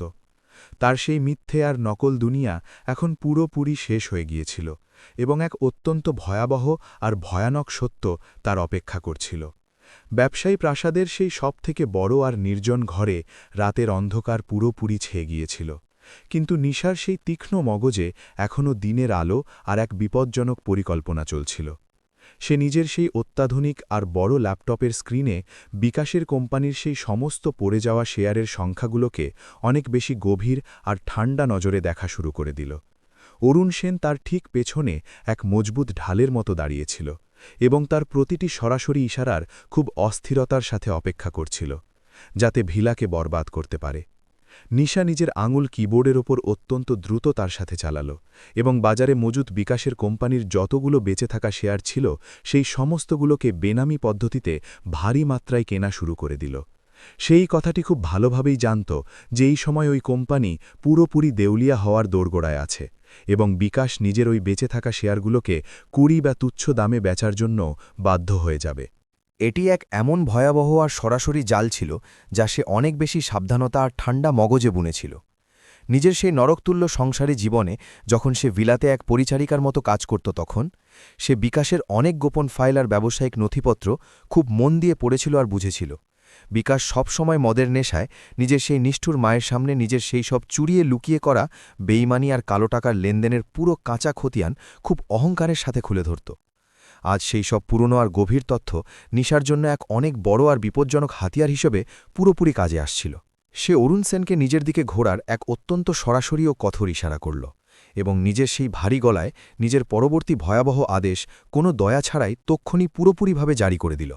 সে বলল যে বিকাশ যেসব অবৈধ বিদেশি কোম্পানির থেকে নিজের সমস্ত কালো টাকা লুকানোর জন্য সাহায্য নিয়েছিল সেই সমস্ত কোম্পানির পুরনো মালিকদের রাতারাতি অনেক ভারী দাম দিয়ে কিনে নেওয়া হোক। আমি চাই যে কাল সকালের মধ্যে বিকাশের সেই সমস্ত চুরির টাকা আর তার সমস্ত গোপন সম্পত্তি আমাদের এই বিশাল ব্যবসায়ী খামারে পুরোপুরি জমা হয়ে যাক। অরুণ সেন নিজের মহারানী সাহেবার এই অত্যন্ত চালাক আর বিপজ্জনক সিদ্ধান্ত শুনে এক অত্যন্ত গভীর আর ভয়াবহ হাসির সাথে নিজের মাথা সম্মানপূর্বক ঝুঁকিয়ে দিল, কারণ সে অনেক বেশি খুশি ছিল। সে বলল যে মহারানী সাহেবা, আপনার এই পরিকল্পনা সত্যি অনেক বেশি বেমিসাল আর প্রাণঘাতী এবং আমি এক্ষুনি তক্ষুনি নিজের সবথেকে খাস এজেন্টদের এই কাজটিকে কোনো ভুল ছাড়াই পূরণ করার জন্য পাঠাচ্ছি। কাল সকাল হতেই ওই অহংকারী বিকাশ এক ভিখারির থেকেও বেশি খারাপ আর ভয়াবহ অবস্থায় সেই রাস্তাতেই নিজের মৃত্যুর ভিক্ষে চাইছিল। অন্যদিকে সেই অন্ধকার আর জল ছাড়া জ্বলতে থাকা পুরনো ভিলার ভেতরের দৃশ্য কোনো অত্যন্ত ডরাভন আর ভয়াবহ ভূত বাংলোর থেকেও বেশি ভয়ানক আর বুক কাঁপানো পুরোপুরিভাবে হয়ে উঠেছিল। মধুরিমা নিজের ঘরের এক অন্ধকার কোণে কুঁকড়ে বসেছিল, আর তার সেই ভারী ও দামি রেশমি শাড়ি এখন পুরোপুরি ধুলো আর ঘামে মাখামাখি হয়ে খুব বাজেভাবে নষ্ট হয়ে গিয়েছিল। তার নিজের সেই পুরনো সময়ের কথা খুব মনে পড়ছিল, যখন সে ভিলার রানী হয়ে সমস্ত চাকরদের ওপর নিজের নিষ্ঠুর রাজত্ব খুব অহংকারের সাথে চালাত। বিকাশ পাগলের মতো নিজের ফোনের সেই ছোট আলোতে নিজের সেই সমস্ত পুরনো আর দুর্নীতিগ্রস্ত বন্ধুদের বারবার ফোন করার অত্যন্ত বিফল আর হতাশাজনক চেষ্টা অনবরত কাঁদতে কাঁদতে করছিল। কিন্তু সেই পুরো শহরের কোনো মানুষের মধ্যে এতটা সাহস একদমই বাকি ছিল না যে সে সেই রহস্যময়ী আর অনেক বেশি শক্তিশালী মহারানীর সরাসরি আদেশের বিরুদ্ধে গিয়ে ওই বিকাশের কোনো ছোট সাহায্যও করতে পারে। তার ফোন এখন কেবল একটি প্লাস্টিকের খেলনা হয়ে রয়ে গিয়েছিল, আর তার সেই সমস্ত মিথ্যে শক্তি এখন সব সময়ের জন্য পুরোপুরি শেষ হয়ে গিয়েছিল। হঠাৎ সেই ভিলার ভারী আর বড় প্রধান দরজায় কেউ অনেক জোরে অনবরত টোকা দিতে শুরু করল, যা সেই রাতের ভয়াবহ ও ডরাভন নিস্তব্ধতাকে এক ঝটকায় পুরোপুরি চিরে দিয়ে দিল। মধুরিমা আর বিকাশ দুজনেই ভয়ের চোটে নিজের জায়গায় খুব বাজেভাবে কাঁপতে লাগল, কারণ তাদের মনে হল যে হয়তো পুলিশ তাদের সেই সমস্ত পুরনো আর কালো কীর্তির জন্য গ্রেফতার করতে সেখানে পৌঁছে গেছে। বিকাশ অত্যন্ত কাঁপতে থাকা কদমে সামনে এগিয়ে সেই ভারী দরজা ধীরে ধীরে খুলল, আর বাইরের দৃশ্য দেখে তার নিঃশ্বাস পুরোপুরি আটকে গেল।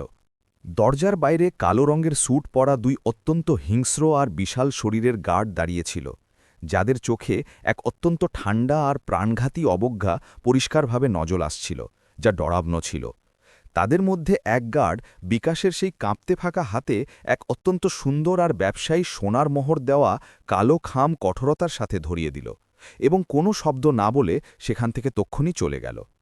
বিকাশ সেই ভারী আর রহস্যময় খামটিকে নিজের দুই হাতে ধরল, এবং তার এমন মনে হল যেন সে নিজেরই ভয়াবহ মৃত্যুর কোনো ফরমান ধরে নিয়েছে। সে নিজের মোবাইলের সেই হালকা আলোতে খামটিকে অত্যন্ত ঘাবড়ে গিয়ে খুলল, আর তার ভেতরে রাখা সেই অত্যন্ত চমৎকার ও দামি কাগজটি বাইরে বের করে তাকে খুব মন দিয়ে আর ভয়ের সাথে পড়তে শুরু করল। সেটি আসলে এক অত্যন্ত ভব্য আর ব্যবসায়ী পার্টির এক অত্যন্ত বিশেষ আমন্ত্রণপত্র ছিল, যা শহরের সবথেকে দামি ও বিশাল 5 তারা হোটেলে সেই নতুন ও রহস্যময়ী মহারানী দ্বারা আয়োজিত করা হচ্ছিল। তাতে খুব স্পষ্টভাবে এটি লেখা ছিল যে বিকাশ আর তার মা মধুরিমাকে এই পার্টিতে যে কোনোভাবে নিজের উপস্থিতি অবশ্যই নথিভুক্ত করাতে হবে। বিকাশ যেমনই সেই পত্রটি নিজের মা মধুরিমাকে খুব ভয় পেতে পেতে পড়ে শোনাল, অমনি সেই নিষ্ঠুর মহিলার চোখে হঠাৎ এক অত্যন্ত অদ্ভুত আর মিথ্যে আশার এক চমক দ্রুত তৈরি হয়ে গেল। মধুরিমা নিজের সেই দুটো কাঁপতে থাকা হাত নিজেদের মধ্যে জোর করে বলল যে হয়তো ভগবান আমাদের প্রার্থনা অবশেষে শুনেই নিয়েছেন, এবং এই নতুন মহারানী আমাদের এই ডুবন্ত নৌকো অবশ্যই পার করিয়ে দেবেন। সেই দুই মূর্খ এটি একদমই জানত না যে তারা আসলে এক এমন ভয়ানক আর গভীর মৃত্যুর জালের দিকে নিজে হেঁটে যাচ্ছিল, যা নিশা বুনেছিল। সেই সময় ব্যবসায়ী প্রাসাদে বসে থাকা নিশা নিজের সেই অত্যন্ত বিপজ্জনক ও চমৎকার খেলার পরবর্তী আর সবথেকে জরুরি অংশটিকে পুরোপুরি আঞ্জাম দেওয়ার কাজে অনেক বেশি গভীরতা আর নিস্তব্ধতার সাথে অনবরত লেগেছিল। সে শহরের সেই সমস্ত বড় আর প্রধান দুর্নীতিগ্রস্ত রাজনীতিবিদদের গোপন ফাইল নিজের কাছে আনিয়ে নিয়েছিল, যারা বিকাশের ওই কোম্পানিকে বেআইনিভাবে ফায়দা পৌঁছাতে পুরোপুরি তার সাহায্য করত।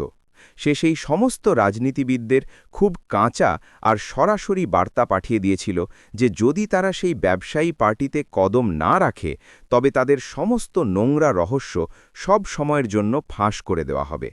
নিশার সেই ভয়াবহ আর সরাসরি ফরমান পেতেই সেই পুরো শহরের সেই সমস্ত বড় ও শক্তিশালী রাজনীতিবিদ ও ব্যবসায়ীদের ঘুম সব সময়ের জন্য খুব বাজেভাবে উড়ে গিয়েছিল, এবং তারা সবাই আতঙ্কে জীয়ন্ত ছিল।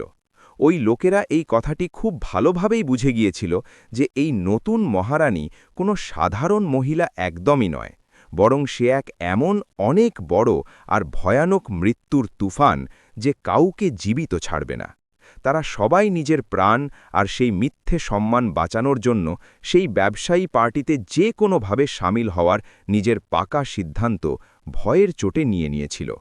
পরের দিন সকালে যখন সূর্য পুরোপুরি আকাশে উঠল, তখন বিকাশের সেই অনেক বেশি বড় আর বিখ্যাত কোম্পানি পুরোপুরিভাবে আর খুব বাজেভাবে আধিকারিক হিসেবে দেউলিয়া ঘোষিত করা হয়ে গিয়েছিল, যা ভয়ানক ছিল। শেয়ার বাজারে বিকাশের কোম্পানির সমস্ত শেয়ারের দাম এখন 0 হয়ে গিয়েছিল, এবং তার সমস্ত দপ্তরকে ব্যাংকের বড় আধিকারিকরা নিজেদের নিয়ন্ত্রণে নিয়ে পুরোপুরি সবসময়ের জন্য সিল করে দিয়েছিল।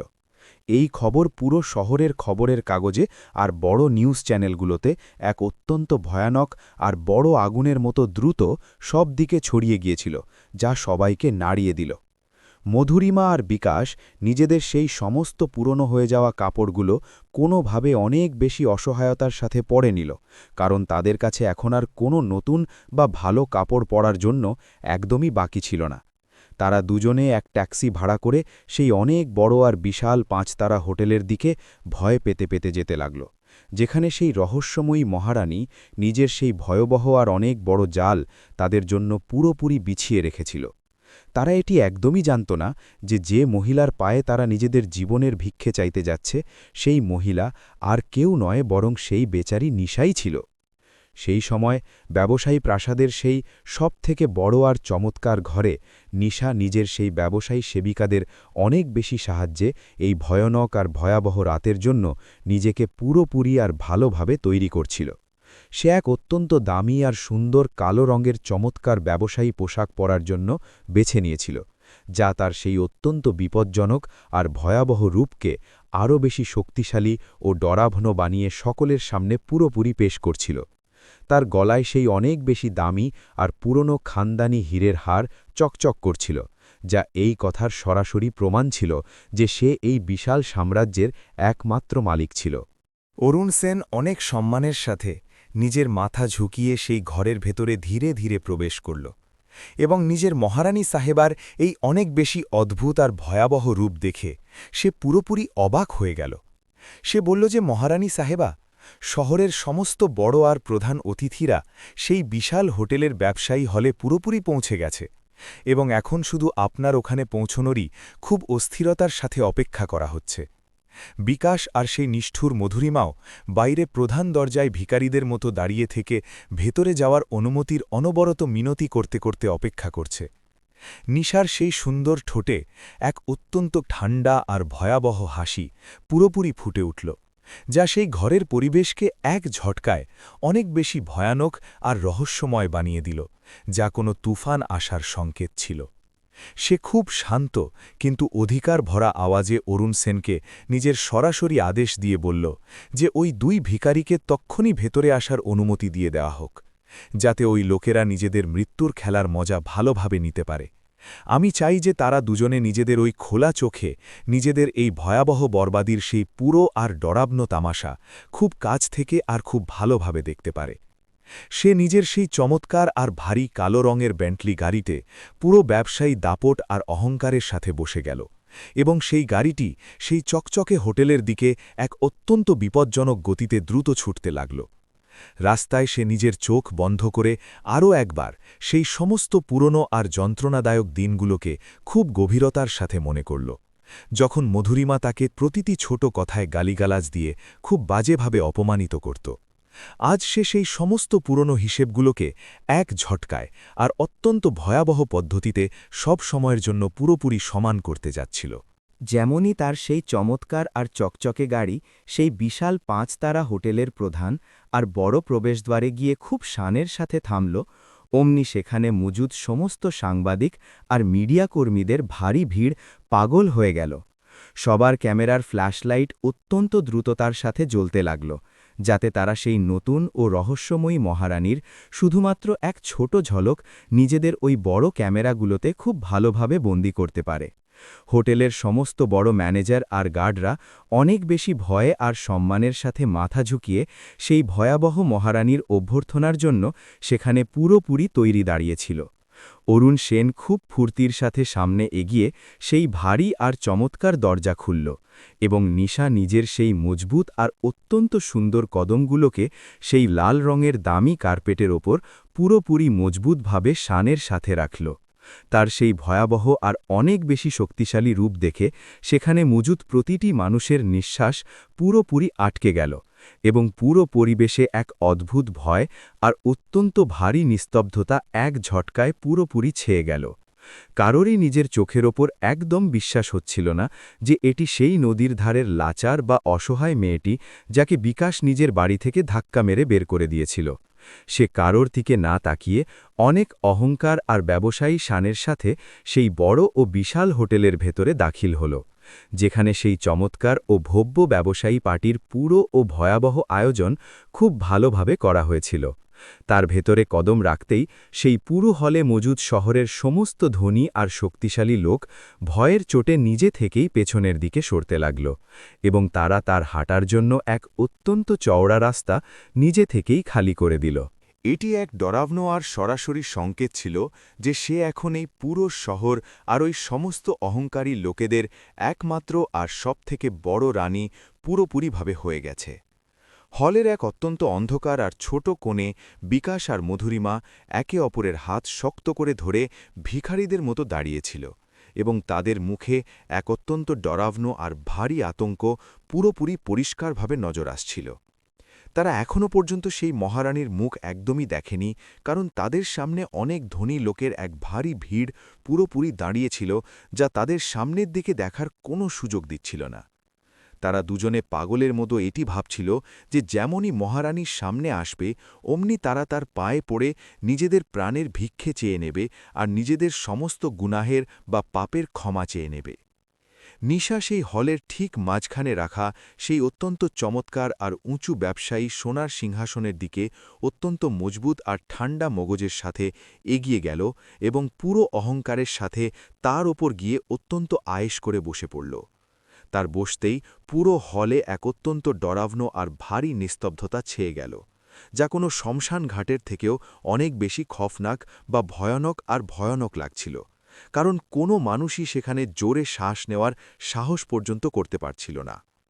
সে নিজের ওই অত্যন্ত সুন্দর হাত দিয়ে একটি ইশারা করল এবং হলের সমস্ত তেজ আলো শুধুমাত্র ওই সিংহাসনের ওপর পুরোপুরিভাবে কেন্দ্রিত করে দেওয়া হল। যেমনই ওই অত্যন্ত তেজ আর চকচকে আলো নিশার সেই ভয়াবহ আর সুন্দর মুখটিকে পুরোপুরিভাবে প্রকাশিত করল, অমনি সেখানে দাঁড়িয়ে থাকা ওই সমস্ত ধনী লোকেদের মুখ থেকে একসাথে এক অত্যন্ত ভারী আর গভীর দীর্ঘশ্বাস বেরিয়ে গেল। তারা সবাই তাকে খুব ভালোভাবে চিনে নিয়েছিল যে এটি সেই মেয়ে যাকে বিকাশ এক অত্যন্ত নোংরা আর নিজ ভিখারি মহিলা মনে করে নিজের বাড়ি থেকে অনেক বেশি বেইজ্জত করে সব সময়ের জন্য বাইরে বের করে দিয়েছিল। কারোরই এই বিষয়ে একদমই বিশ্বাস হচ্ছিল না যে সেই বেচারি মেয়েটি আজ এই পুরো শহরের সবথেকে বেশি শক্তিশালী আর ভয়াবহ শাসক হয়ে তাদের সামনে দাঁড়িয়ে আছে। ওই ডরাবনো আর ভয়াবহ নিস্তব্ধতার মাঝে অরুণ সেন একটি মাইক নিজের হাতে নিল এবং নিজের সেই অত্যন্ত ভারী আর গমগমে আওয়াজে পুরো হলের সামনে বিকাশ আর মধুরিমার নাম অনেক জোরে ডাকতে শুরু করে দিল। সে বলল যে মহারানী সাহেবা বিশেষ করে বিকাশ আর তার মা মধুরিমাকে আজ রাতের এই ভব্য পার্টিতে নিজের সামনে উপস্থিত হওয়ার এক অত্যন্ত কঠোর আর সরাসরি আদেশ দিয়েছেন, যাতে তিনি তাদের সাথে নিজের কিছু খাস কথা বলতে পারেন। এই নাম শুনতেই সেখানে মজুদ সমস্ত ভিড় তখনই পেছনের দিকে ঘুরে ওই দুই ভিখারির দিকে তাকানো শুরু করে দিল, যারা অনেক বেশি ভয় পেয়েছিল। বিকাশ আর মধুরিমা দুজনেই নিজেদের ওই কাঁপতে থাকা আর দুর্বল পায়ের সাথে ওই ভিড় চিরে অনেক ভয় আর ঘাবড়ানোর সাথে ধীরে ধীরে সামনের দিকে এগোতে লাগল, যাতে তারা ওই সিংহাসনের কাছে পুরোপুরি পৌঁছতে পারে। তাদের নজর এখনও লজ্জায় আর অনেক বেশি আতঙ্কে পুরোপুরিভাবে নিচের দিকে ঝুঁকেছিল এবং তারা ওই বিশাল সিংহাসনে বসে থাকা সেই ভয়াবহ মহারানীর মুখের দিকে মাথা তুলে তাকানোর একদমই সাহস সঞ্চয় করতে পারছিল না। তাদের এমন মনে হচ্ছিল যেন তারা কোনো অনেক বড় আর বিপজ্জনক রাক্ষসের সামনে নিজেদের প্রাণের ভিক্ষে চাওয়ার জন্য অসহায়তার সাথে সামনে এগোচ্ছিল। যেমনই তারা দুজনে ওই উঁচু আর চমৎকার সিংহাসনের ঠিক সামনে গিয়ে পুরোপুরিভাবে দাঁড়াল, অমনি তাদের পায়ের সমস্ত শক্তি এক ঝটকায় শেষ হয়ে গেল এবং তারা দুজনে নিজেদের হাঁটুর ওপর ভর দিয়ে খুব বাজেভাবে মেঝের ওপর পড়ে গেল। মধুরিমা নিজের দুই হাত অত্যন্ত অসহায়তার সাথে জোর করে কাঁদা শুরু করে দিল এবং নিজের ওই কাঁপতে থাকা আওয়াজে সেই মহারানীর কাছে নিজের পরিবার আর নিজের ছেলে বিকাশের প্রাণ ভিক্ষা দেওয়ার জন্য অনবরত ভিক্ষে চাওয়া শুরু করে দিল। সে বলল যে, মহারানী সাহেবা, আমরা পুরোপুরিভাবে বরবাদ হয়ে গেছি এবং এখন আমাদের কাছে আপনাকে দেওয়ার মতো আমাদের এই প্রাণ ছাড়া আর কিছুই বাকি নেই। নিশা নিজের ওই বিশাল সিংহাসন থেকে ধীরে ধীরে নিচের দিকে ঝুঁকে মধুরিমার ওই কাঁদতে থাকা আর ভয় পাওয়া মুখটিকে অনেক কাছ থেকে দেখল, আর তার ঠোঁটে এক অত্যন্ত ঠান্ডা আর ভয়াবহ হাসি আরও একবার ফুটে উঠল। সে নিজের ওই শান্ত কিন্তু বিষে ভরা অধিকার ভরা আওয়াজে মধুরিমাকে বলল যে, তোমরা দুজনে নিজেদের নজর ওপরে তোলো আর আমার দিকে অত্যন্ত মন দিয়ে দেখো যে আসলে আমি কে আর আমি এই সব কিছু তোমাদের সাথে কেন করেছি। এটি শুনতেই তারা দুজনে ভয় পেতে পেতে নিজেদের নজর ওপরের দিকে তুলল, আর সেই মহারানীর মুখ দেখল। মধুরিমা আর বিকাশের চোখ ছানা বড়া হয়ে গেল যখন তারা দেখল যে অত্যন্ত শক্তিশালী আর ভয়াবহ মহারানীর পায়ে পড়ে তারা দুজনে নিজেদের প্রাণের ভিক্ষে চাচ্ছিল, তিনি আর কেউ নন, বরং সেই তাদের পুরনো বৌমা নিশাই ছিল। তাদের মগজ পুরোপুরিভাবে কাজ করা বন্ধ করে দিয়েছিল, এবং তাদের এমন মনে হচ্ছিল যেন কেউ তাদের বুকে এক অত্যন্ত গরম আর ধারালো খঞ্জর পুরো শক্তির সাথে ঢুকিয়ে দিয়েছে, যাতে তাদের নিঃশ্বাস আটকে গেছে।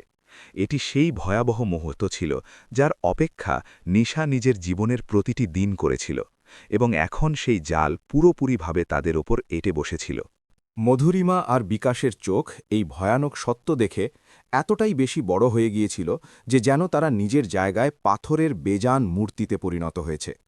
তাদের সামনে ওই উঁচু আর বাবসায়ী সোনার সিংহাসনে অহংকার আর শক্তির সাথে বসে থাকা ওই মহিলা আর কেউ নয়, বরং সেই বেচারি নিশাই ছিল, যে মেয়েটিকে তারা সবসময় নদীর ধারের এক নোংরা ভিখারি মনে করে লাঞ্ছিত করত।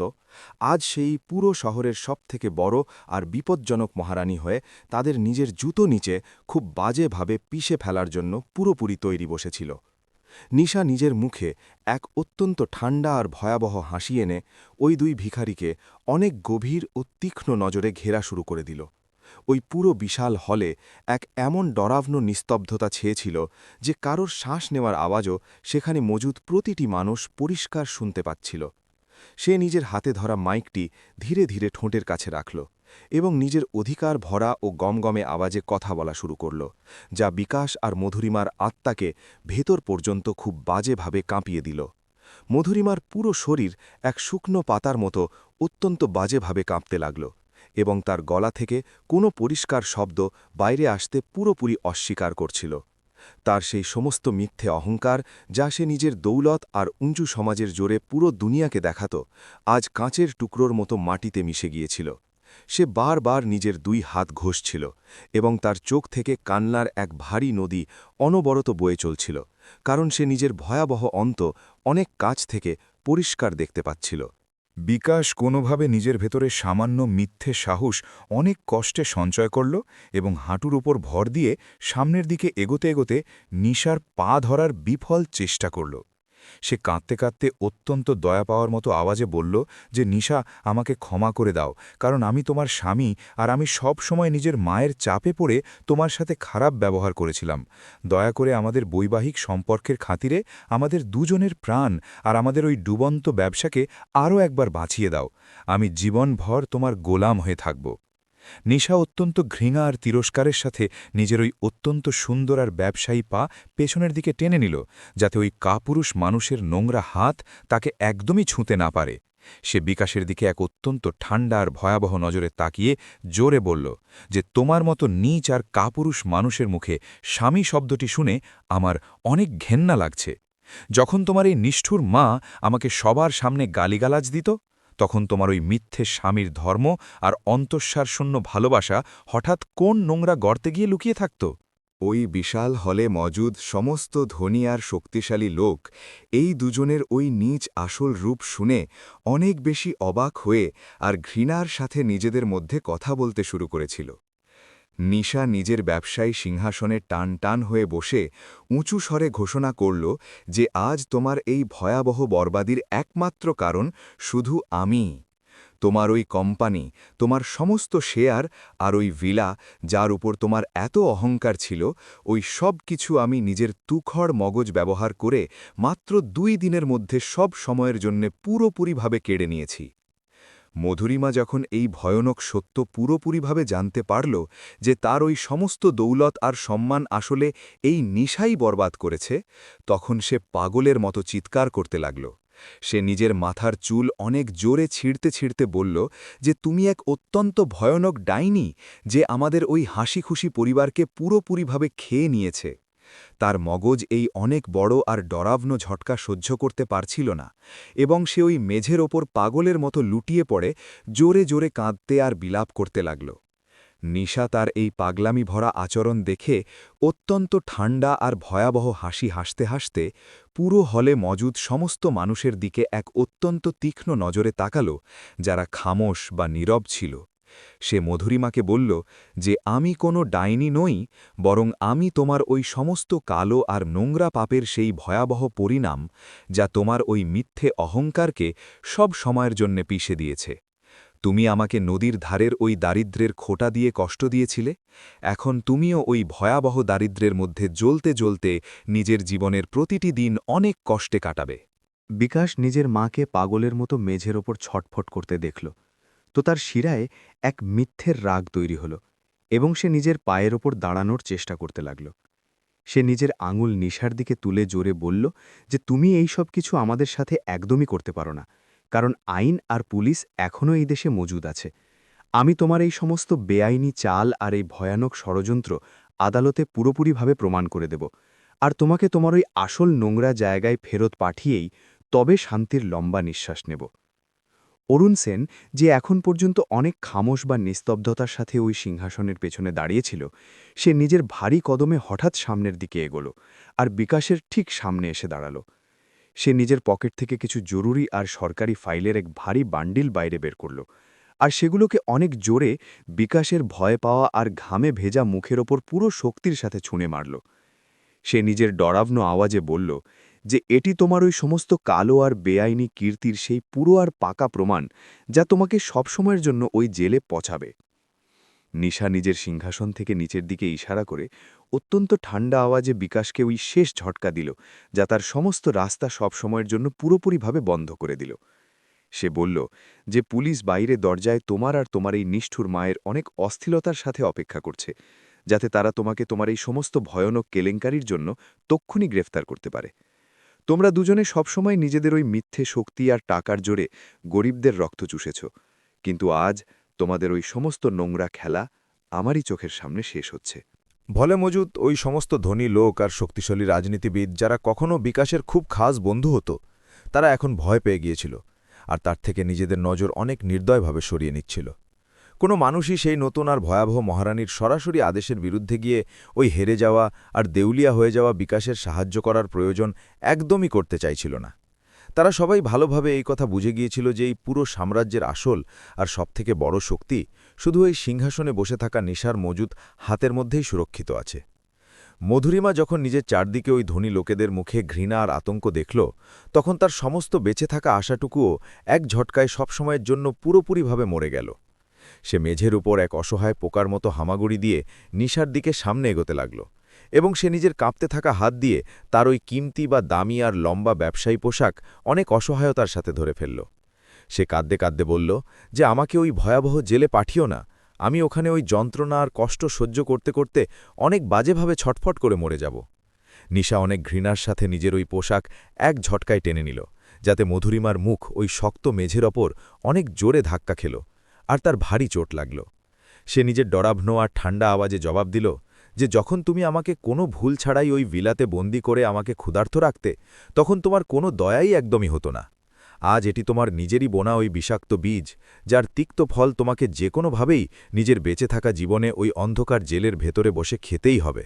সেই সময় ওই বিশাল হলের প্রধান দরজা অনেক জোরে এক ভয়ানক আওয়াজের সাথে খুলল, আর পুলিশ আধিকারিক নিজের বেশ কিছু অস্ত্রধারী জওয়ানের সাথে ভেতরের দিকে দ্রুত দাখিল হল।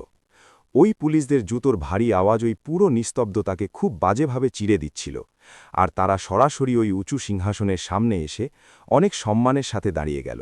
প্রধান আধিকারিক মহারানী নিশাকে এক অত্যন্ত গভীর আর সম্মান ভরা ব্যবসায়ী সেলামি দিল এবং ওই দুই ভিখারিকে গ্রেফতার করার জন্য নিজের শক্ত কদম সামনের দিকে বাড়াল। দুই মজুদ পুলিশ কর্মী সামনে এগিয়ে বিকাশের বাহুকে অত্যন্ত নির্মমভাবে আর পুরো শক্তির সাথে ধরে ফেলল এবং তার হাতে লোহার ওই ঠান্ডা হাতকড়া অনেক জোরে পরিয়ে দিল। বিকাশ নিজেকে ছাড়ানোর জন্য ছটফাট করছিল আর চিৎকার করতে করতে নিজের নির্দোষ হওয়ার ওই মিথ্যে নাটক সবার সামনে পুরো বেশর্মির সাথে করছিল, কিন্তু কেউ শুনছিল না। অন্যদিকে সেই নিষ্ঠুর মধুরিমাকেও মহিলা পুলিশকর্মীরা খুব বাজেভাবে ধরে মেঝের ওপর দিয়ে হেঁচড়ে দাঁড় করাল এবং তাকে হাতকড়া পরিয়ে তার সেই মিথ্যে শান সব সময়ের জন্য শেষ করে দিল। তারা দুজনে সেই পুরো হলের মাঝখানে মজুদ লাল কার্পেটের ওপর খুব বাজেভাবে কাঁদতে কাঁদতে আর চিৎকার করতে করতে পুলিশদের দ্বারা হেঁচড়ে নিয়ে যাওয়া হচ্ছিল, যা একটি খুব ডরাবনো দৃশ্য ছিল। যে সমাজ কখনো তাদের প্রতিটি মিথ্যে কথায় তালি বাজাত, আজ সেই সমস্ত ধনী লোকেরা তাদের এই ভয়ানক পতনকে অনেক বেশি ঘৃণা আর তিরস্কার ভরা নজরে চুপচাপ দাঁড়িয়ে দেখছিল। মধুরিমা অনবরত পেছন ফিরে নিশার দিকে তাকাচ্ছিল আর ভয়ানক অভিশাপ দিচ্ছিল, কিন্তু তার ওই অন্তঃসার শূন্য শব্দগুলোর এখন সেই শক্তিশালী মহারানীর ওপর কোনো প্রভাব পড়ার ছিল না। যখন ওই দুই অপরাধী সেই বিশাল দরজা দিয়ে সব সময়ের জন্য বাইরে বের করে দেওয়া হলো, তখন সেই পুরো ব্যবসায়ী হলে এক অদ্ভুত আর খুব গভীর শান্তি এক ঝটকায় পুরোপুরিভাবে ছেয়ে গেল। নিশা অনেক শান আর শক্তির সাথে নিজের সেই উঁচু সিংহাসন থেকে ধীরে ধীরে নিচে নামল, এবং তার মুখে এখন এক অত্যন্ত গভীর প্রশান্তি পুরোপুরিভাবে পরিষ্কার নজর আসছিল। সে নিজের ওই দুই নিষ্ঠুর শত্রুকে তাদের সঠিক জায়গায় খুব ভয়াবহ পদ্ধতিতে পৌঁছে দিয়েছিল, যা তার বুকে জ্বলতে থাকা সেই প্রতিশোধের আগুনকে এখন শান্ত করে দিয়েছিল। সে সেই পুরো বিশাল হলে মজুদ ওই সমস্ত ভয় পাওয়া ধনী লোকেদের দিকে খুব তীক্ষ্ণ নজরে তাকাল, যারা এখনও পর্যন্ত নিজের জায়গায় একদম মূর্তির মতো নাড়াচাড়া না করে দাঁড়িয়েছিল। সে নিজের খুব স্পষ্ট আর ভারী আওয়াজে ঘোষণা করে বলল যে আজ রাতের এই রাত আপনাদের সবার জন্য একটি সরাসরি আর ডরাবনো শিক্ষা, যা আপনাদের সব সময় মনে রাখতে হবে। যে মানুষই আমার এই বিশাল সাম্রাজ্যের বিরুদ্ধে কোনো ষড়যন্ত্র গড়বে, তার পরিণাম এই বিকাশ আর মধুরিমার থেকেও অনেক বেশি ভয়ানক আর ভয়াবহ হবে, যা মৃত্যুর থেকেও অধম। এই ভয়ানক আর সরাসরি ডরাবনো ঘোষণা শুনতেই সেই পুরো হলে মজুদ প্রতিটি ধনী মানুষ অনেক বেশি ভয় আর আতঙ্কের সাথে নিজের মাথা নিচের দিকে পুরোপুরিভাবে ঝুঁকিয়ে নিল।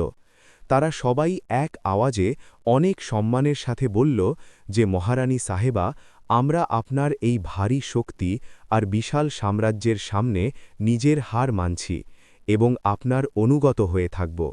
ওই লোকেরা এখন এটি খুব ভালোভাবে বুঝে গিয়েছিল যে এই পুরো শহর আর এই সমাজ এখন শুধু এই এক চালাক আর বিপজ্জনক মহারানীর মজুদ ইশারাতেই পুরোপুরিভাবে নাচতে চলেছে।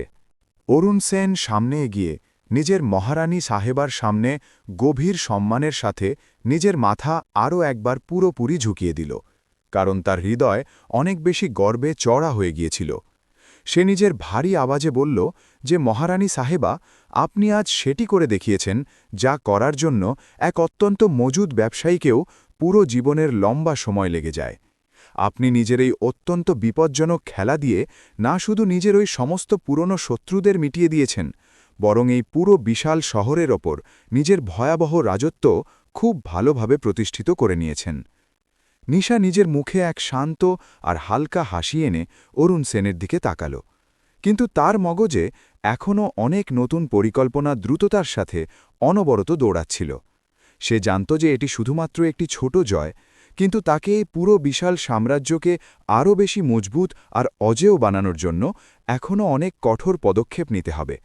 সে এটিও ঠিক করে নিয়েছিল যে সে নিজের এই নতুন শক্তির ব্যবহার ওই নদীর ধারের গরিব লোকেদের জীবন শোধরানোর জন্য করবে, যেখান থেকে সে এই তিক্ত লড়াই শিখেছিল। সে অরুণ সেনকে সেই ভব্য পার্টিকে সেখানেই শেষ করার সরাসরি ইশারা করল এবং নিজের ব্যবসায়িক কদমে সেই বিশাল হল থেকে বাইরের দিকে খুব শানের সাথে বের হতে লাগল। তার বাইরে যাওয়ার সময় সেখানে মজুদ সমস্ত লোকেরা আরও একবার নিজেদের মাথা অনেক ভারী সম্মান আর গভীর আতঙ্কের সাথে পুরোপুরি ঝুঁকিয়ে দিল, যাতে তাকে রাস্তা দিতে পারে আর তার শান বাড়াতে পারে। বাইরের ঠান্ডা হাওয়া তার মুখ স্পর্শ করছিল, আর আজকের এই রাত তার জন্য এক নতুন ও চমৎকার সকালের সংকেত নিয়ে এসেছিল, যা সমস্ত যন্ত্রণা মিটিয়ে দিয়েছিল। সে সেই চমৎকার প্রবেশদ্বার থেকে বাইরে এলো, যেখানে তার ওই কালো রঙের দামি বেন্টলি গাড়ি আগে থেকেই তার অপেক্ষায় তৈরি দাঁড়িয়েছিল, আর তার অনুগত ড্রাইভার তখনই দরজা খুলে দিল। সে অত্যন্ত নমনীয়তা আর ব্যবসায়ী অহংকারের সাথে সেই গাড়ির ভেতরে গিয়ে পেছনের নরম সিটে আয়েশ করে বসে পড়ল, এবং গাড়ির দরজা এক ভারী আওয়াজের সাথে সব সময়ের জন্য বন্ধ হয়ে গেল। গাড়ির টায়ারগুলো সেই রাস্তাকে খুব মজবুতভাবে ধরল, এবং সেই গাড়িটি প্রাসাদের দিকে এক তেজ গতিতে সেই অন্ধকার রাতকে চিরে ছুটতে লাগল। গাড়ির সেই জানালা দিয়ে বাইরে তাকাতে তাকাতে নিশার মগজে আরও একবার সেই নিষ্ঠুর মধুরিমা আর কাপুরুষ বিকাশের কাঁদতে থাকা আর ছটফট করতে থাকা মুখগুলো খুব পরিষ্কারভাবে এক ফিল্মের মতো ঘুরতে লাগল। তার এটি ভেবে খুব অদ্ভুত আর গভীর প্রশান্তি হচ্ছিল যে যারা কাল পর্যন্ত নিজেদের অন্তঃসার শূন্য টাকা আর মিথ্যে শানের ওপর এত বেশি লাফালাফি করত, আজ তারা সেই মাটিতেই ভিখারিদের মতো হাঁটু গেড়ে বসেছে। এটি এক এমন চমৎকার ইনসাফ বা বিচার ছিল যা সে নিজের হাতে আর নিজের চালাক রণকৌশলের মাধ্যমে খুব ভালোভাবে হাসিল করেছিল, এবং সে অনেক সন্তুষ্ট ছিল। আজ কালী পুজোর এই ভয়াবহ রাত সব সময়ের জন্য এই পুরো শহর আর ব্যবসায়ী পরিবারের ইতিহাসে খুব সোনালি আর ডরাবনো অক্ষরে পুরোপুরিভাবে নথিবদ্ধ হয়ে গিয়েছিল, যা কেউ ভুলতে পারত না। এক এমন রাত যখন এক দুর্বল আর ভয় পাওয়া বউ নিজের সেই মিথ্যে সম্পর্ককে সব সময়ের জন্য লাথি মেরেছিল আর নিজের এক নতুন পরিচয়কে পুরোপুরিভাবে স্বীকার করেছিল। সে এখন শুধু একজন সাধারণ মানুষ ছিল না, বরং এক অনেক বিশাল সাম্রাজ্যের একমাত্র আর সবথেকে শক্তিশালী মহারানী ছিল, যে এখন এক নতুন ও সুন্দর ইতিহাস গড়তে যাচ্ছিল। পরের দিন সকালে ব্যবসায়ী প্রাসাদে যখন সূর্যের প্রথম আর সোনালি কিরণ ভেতরে এলো, তখন নিশার মনে এক অত্যন্ত নতুন আর গভীর শান্তি পুরোপুরিভাবে ছেয়েছিল। কাল রাতের সেই ভয়ানক আর ডরাবনো তুফান এখন পুরোপুরিভাবে শান্ত হয়ে গিয়েছিল, যাতে সমস্ত পুরনো শত্রুদের সব সময়ের জন্য খুব বাজেভাবে মিটিয়ে দিয়েছিল। সে নিজের সেই অত্যন্ত নরম আর চমৎকার ব্যবসায়ী বিছানা থেকে ধীরে ধীরে উঠল, এবং সে নিজের সেই সুন্দর মুখে এক অত্যন্ত অদ্ভুত আর সত্যি খুশিকে পুরোপুরিভাবে অনুভব করল। সে নিজের ঘরে লাগানো সেই বিশাল টিভি স্ক্রিন চালু করল, যার ওপর এখনও বিকাশ আর তার নিষ্ঠুর মা মধুরিমার গ্রেপ্তারের ভয়াবহ খবর অনবরত দেখানো হচ্ছিল। টিভিতে সেই ডরাবনো দৃশ্যটি খুব পরিষ্কার ছিল, যেখানে ওই দুজনকে পুলিশের এক নোংরা ভ্যানে জানোয়ারদের মতো খুব বাজেভাবে ঠুসে সেই ভয়ানক জেলের দিকে নিয়ে যাওয়া হচ্ছিল। তাদের সেই সমস্ত অহংকার আর সেই অঢেল মিথ্যে দৌলত এখন সব সময়ের জন্য মাটিতে মিশে পুরোপুরিভাবে বরবাদ হয়ে গিয়েছিল, যাকে কেউ বাঁচাতে পারত না। শহরের সেই সবথেকে নোংরা আর অন্ধকার জেলের ভেতরে মধুরিমা এক ঠান্ডা মেঝের ওপর বসে খুব বাজেভাবে অনবরত কাঁদছিল আর নিজের ভাগ্যকে পাগলের মতো দোষ দিচ্ছিল। তাকে খাওয়ার জন্য সেই শুকনো আর পচা রুটি দেওয়া হয়েছিল, যেগুলোকে সে কখনও নিজের সেই ভারী অহংকারে ভিখারিদের ওপর অনেক বেশি ঘৃণার সাথে পুরো শক্তির সাথে ছুঁড়ে মারত। আজ সময়ের সেই ভয়াবহ আর ভয়ানক চাকা পুরোপুরিভাবে ঘুরে গিয়েছিল, আর তাকে নিজেরই বোনা সমস্ত তিক্ত বীজের ফল খেতে হচ্ছিল। বিকাশের অবস্থা নিজের সেই নিষ্ঠুর মায়ের থেকেও অনেক বেশি খারাপ আর অত্যন্ত দয়া পাওয়ার মতো ছিল, কারণ জেলের অন্যান্য হিংস্র কয়েদিরা তার সমস্ত মিথ্যে চটপটে ভাব এক রাতেই পুরোপুরিভাবে বের করে দিয়েছিল। সে এক অত্যন্ত অন্ধকার আর নোংরা কোণে ইঁদুরের মতো ভয় পেয়ে বসেছিল, আর তার চোখে শুধুমাত্র এক গভীর আতঙ্ক আর নিজের বোকামির এক অত্যন্ত ভারী অনুশোচনা পরিষ্কার নজর আসছিল।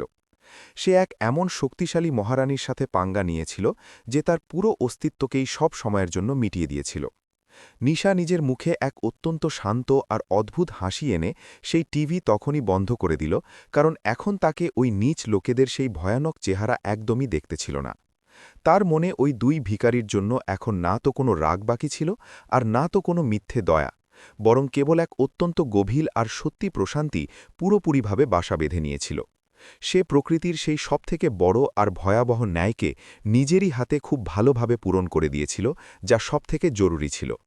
সেই সময় দরজায় এক হালকা টোকা হল, আর অনুগত অরুণ সেন নিজের ভারী কদমে সেই চমৎকার ঘরের ভেতরে অনেক বেশি সম্মান আর নিষ্ঠার সাথে প্রবেশ করল। সে নিজের মাথা ঝুঁকিয়ে অত্যন্ত ভারী আর গমগমে আওয়াজে এই শুভ সংবাদ দিল যে বিকাশের সেই দেউলিয়া কোম্পানির সমস্ত শেয়ার আর তার ভিলা এখন পুরোপুরিভাবে আমাদের আইনি নিয়ন্ত্রণে চলে এসেছে। মহারানী সাহেবা, এখন আপনি এই পুরো বিশাল শহর আর ওই সমস্ত ব্যবসায়িক সম্পত্তির একমাত্র আর সবথেকে বড় মালিক পুরোপুরি হয়ে গেছেন। নিশা কোনো লোভ ছাড়াই অত্যন্ত শান্ত আর অধিকার ভরা আওয়াজে নিজের পরবর্তী আদেশ দিয়ে বলল যে ওই অলুক্ষণে ভিলাকে তক্ষণে বিক্রি করে সমস্ত টাকা গরিবদের মধ্যে পুরোপুরি বিলিয়ে দেওয়া হোক। সে বলল যে আমি ওই নোংরা ইমারতের কোনো নাম নিশানা এই শহরে একদমই দেখতে চাই না, কারণ ওই ভিলা সেই নিষ্ঠুর লোকেদের অহংকার আর আমার সেই ভয়ানক যন্ত্রণার সরাসরি প্রতীক ছিল।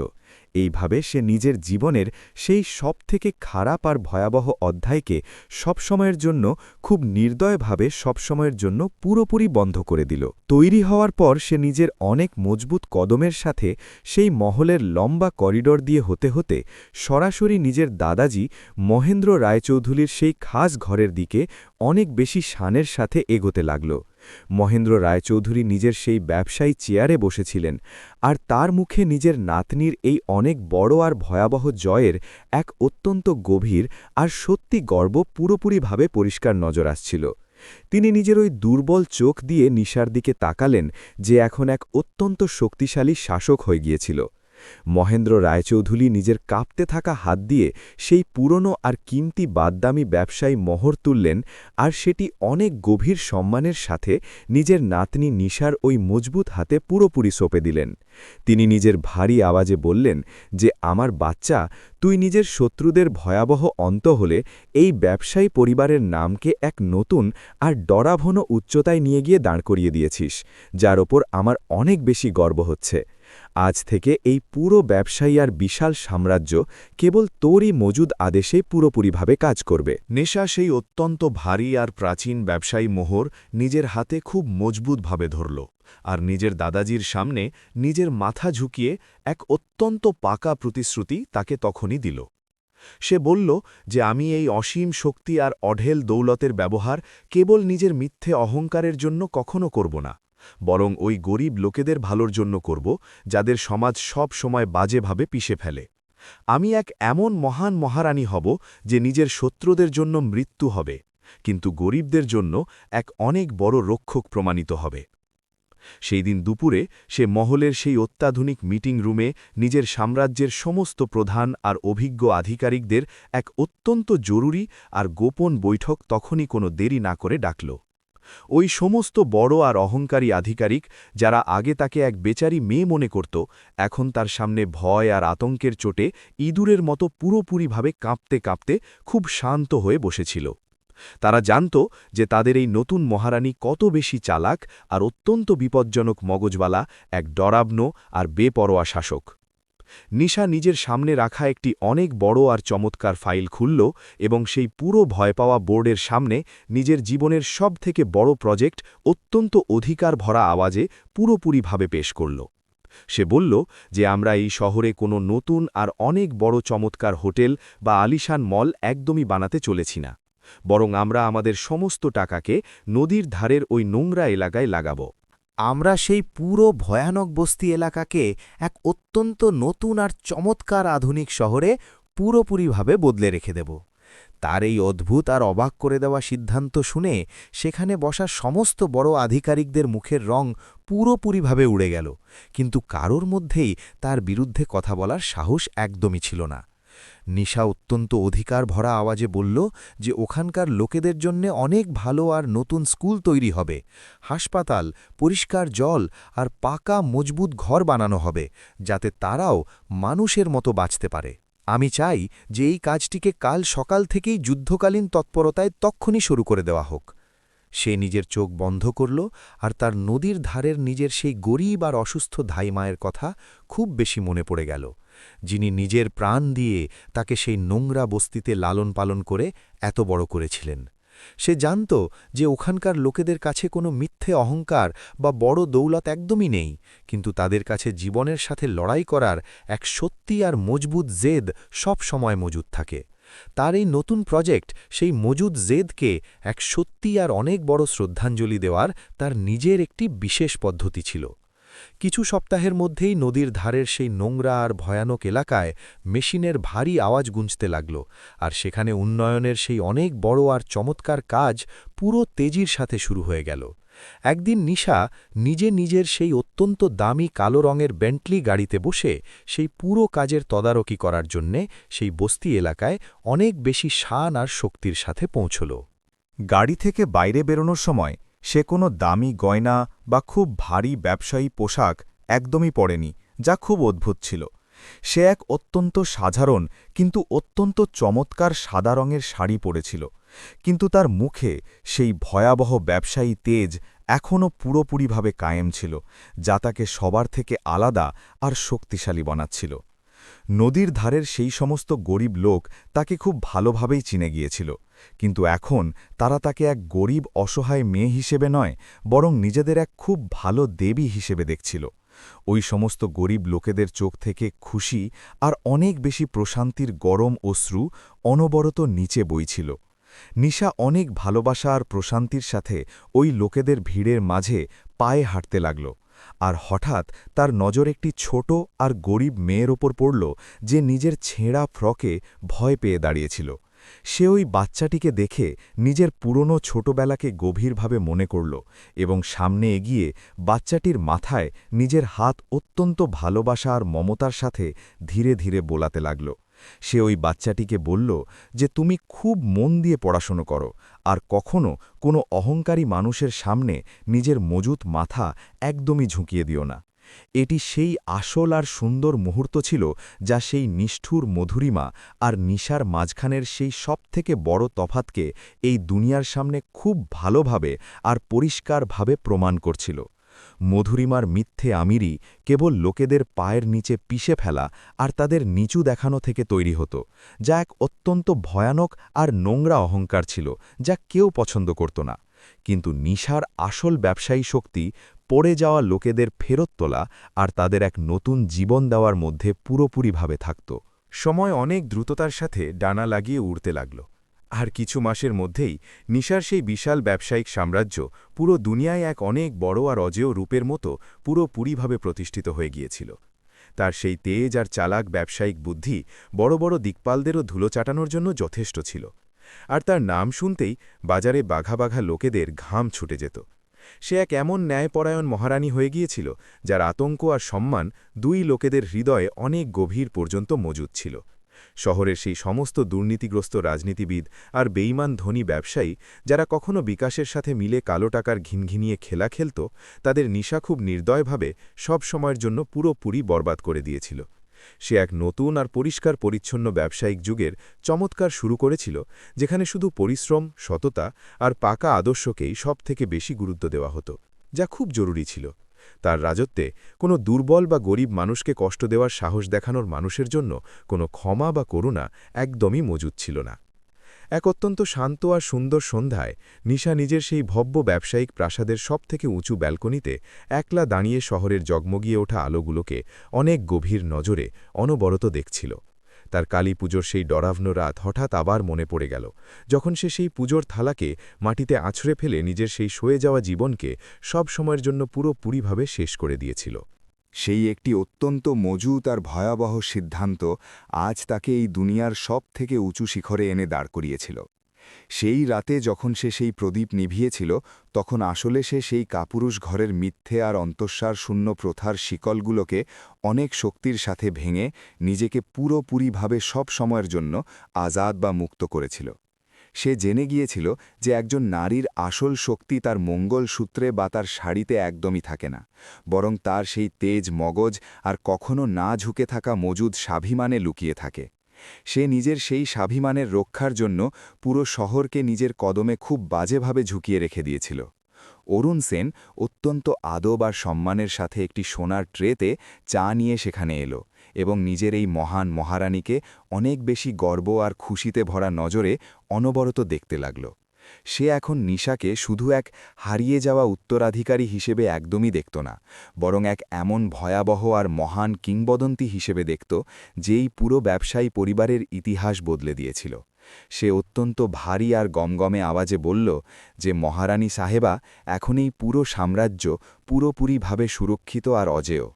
নিশা তার হাত থেকে সেই চায়ের কাপ অত্যন্ত শান্তির সাথে নিল, আর তার মুখে এক অত্যন্ত সত্যি আর গভীর প্রশান্তি পুরোপুরিভাবে একটি হালকা সুন্দর হাসি হয়ে সবার সামনে উপচে পড়ছিল। সে জানত যে নদীর ধারের সেই বস্তি এখন এক অত্যন্ত সুন্দর শহর হচ্ছে, আর ওই সমস্ত নিষ্ঠুর অপরাধী সেই ঠান্ডা জেলের শলাকার পেছনে নিজের জীবনের অত্যন্ত যন্ত্রণাদায়ক ভিক্ষে চাইছে। এই দুনিয়ায় ন্যায় কোনো ভগবান নয়, বরং মানুষের নিজের পাকা আর বিপজ্জনক ইচ্ছাই খুব ভালোভাবে করে। তার শরীরের শিরায় যদিও ব্যবসায়ী পরিবারের সেই অত্যন্ত প্রাচীন আর ভয়াবহ ব্যবসায়ী রক্ত পুরোপুরি বইছিল, যা তাকে এক অনেক বড় জন্মজাত মহারানী আর শক্তিশালী শাসকের পরিচয় সব সময়ের জন্য দিত। কিন্তু তার হৃদয় আজও নদীর ধারের ওই ভয়ানক গলিগুলোর সেই লড়াইয়ের সাথে পুরোপুরি ধুকপুক করত, যা তাকে আগুনে পুড়িয়ে এক বিপজ্জনক আর অত্যন্ত মজুদ হাতিয়ারে পুরোপুরিভাবে বদলে দিয়েছিল। এই দুই আলাদা দুনিয়া মিলেই এই পূর্ণ আর সবথেকে বেশি অজেয় মানুষকে পুরোপুরিভাবে জন্ম দিচ্ছিল। সে এখন এক এমন শক্তিশালী মহারানী হয়ে গিয়েছিল যে একদিকে তো চালের একটি ছোট দানার আসল কিমতি বা দামকে সেই ভয়ানক অনাহারের কারণে খুব ভালোভাবে জানত আর বুঝত, অন্যদিকে সে সেই তেজ মগজ দিয়ে আরব টাকার ওই বিশাল ব্যবসায়িক সাম্রাজ্যকেও অনেক বেশি নিষ্ঠুরতা আর পুরো সফলতার সাথে নিজের আঙুলে নাচানোর চমৎকার হুনর বা দক্ষতাও পুরোপুরিভাবে রাখত। দুনিয়ায় এমন কোনো শক্তি এখন একদমই বাকি ছিল না যা তার এই মজুত আর ডরাবন তুফানকে সহজে আটকাতে পারত। সূর্য ধীরে ধীরে সেই দিগন্তের পেছনে পুরোপুরিভাবে ডুবতে লাগল, আর নিজের সেই সোনালি আলো দিয়ে সেই পুরো ব্যবসায়ী প্রাসাদকে এক অত্যন্ত রহস্যময় আভায় পুরোপুরিভাবে স্নান করিয়ে সুন্দর রঙে রাঙাচ্ছিল। কিন্তু নিশার জন্য এটি কোনো শেষ একদমই ছিল না, বরং এটি এক নতুন আর চমৎকার যুগের সেই ভয়াবহ শুরু ছিল, যাতে তার শক্তির কোনো সীমাই এই দুনিয়ায় মজুদ ছিল না। সে নিজের চায়ের শেষ চুমুক অত্যন্ত শানের সাথে খেল, আর নিজের নজর সেই চকচকে শহরের ওপর পুরোপুরি মজুদভাবে টিকিয়ে দিল। এই কাহিনী শুধু এক গরিব মেয়ের সেই ভয়াবহ অপমান বা তার সেই ভয়ানক প্রতিশোধের এক ছোট দাস্তান বা গল্প হয়ে একদমই শেষ হওয়ার ছিল না, যা খুব সাধারণ কথা হয়। এই কাহিনী সেই অজেয় নারী শক্তির এক অত্যন্ত মহান আর ডরাবন মিসাল বা উদাহরণ ছিল, যে যদি নিজের জেদে চলে আসে তবে সে বড় বড় অহংকারী সাম্রাজ্যকেও মাটিতে পুরোপুরিভাবে মিশিয়ে দিতে পারে। নিশার এই ভয়ানক আর চমৎকার দাস্তান বা কাহিনী আগামী বহু প্রজন্ম পর্যন্ত এক আতঙ্ক আর অনেক ভয়, সম্মান বা শ্রদ্ধার সাথে সব সময় মনে রাখা হবে। জি।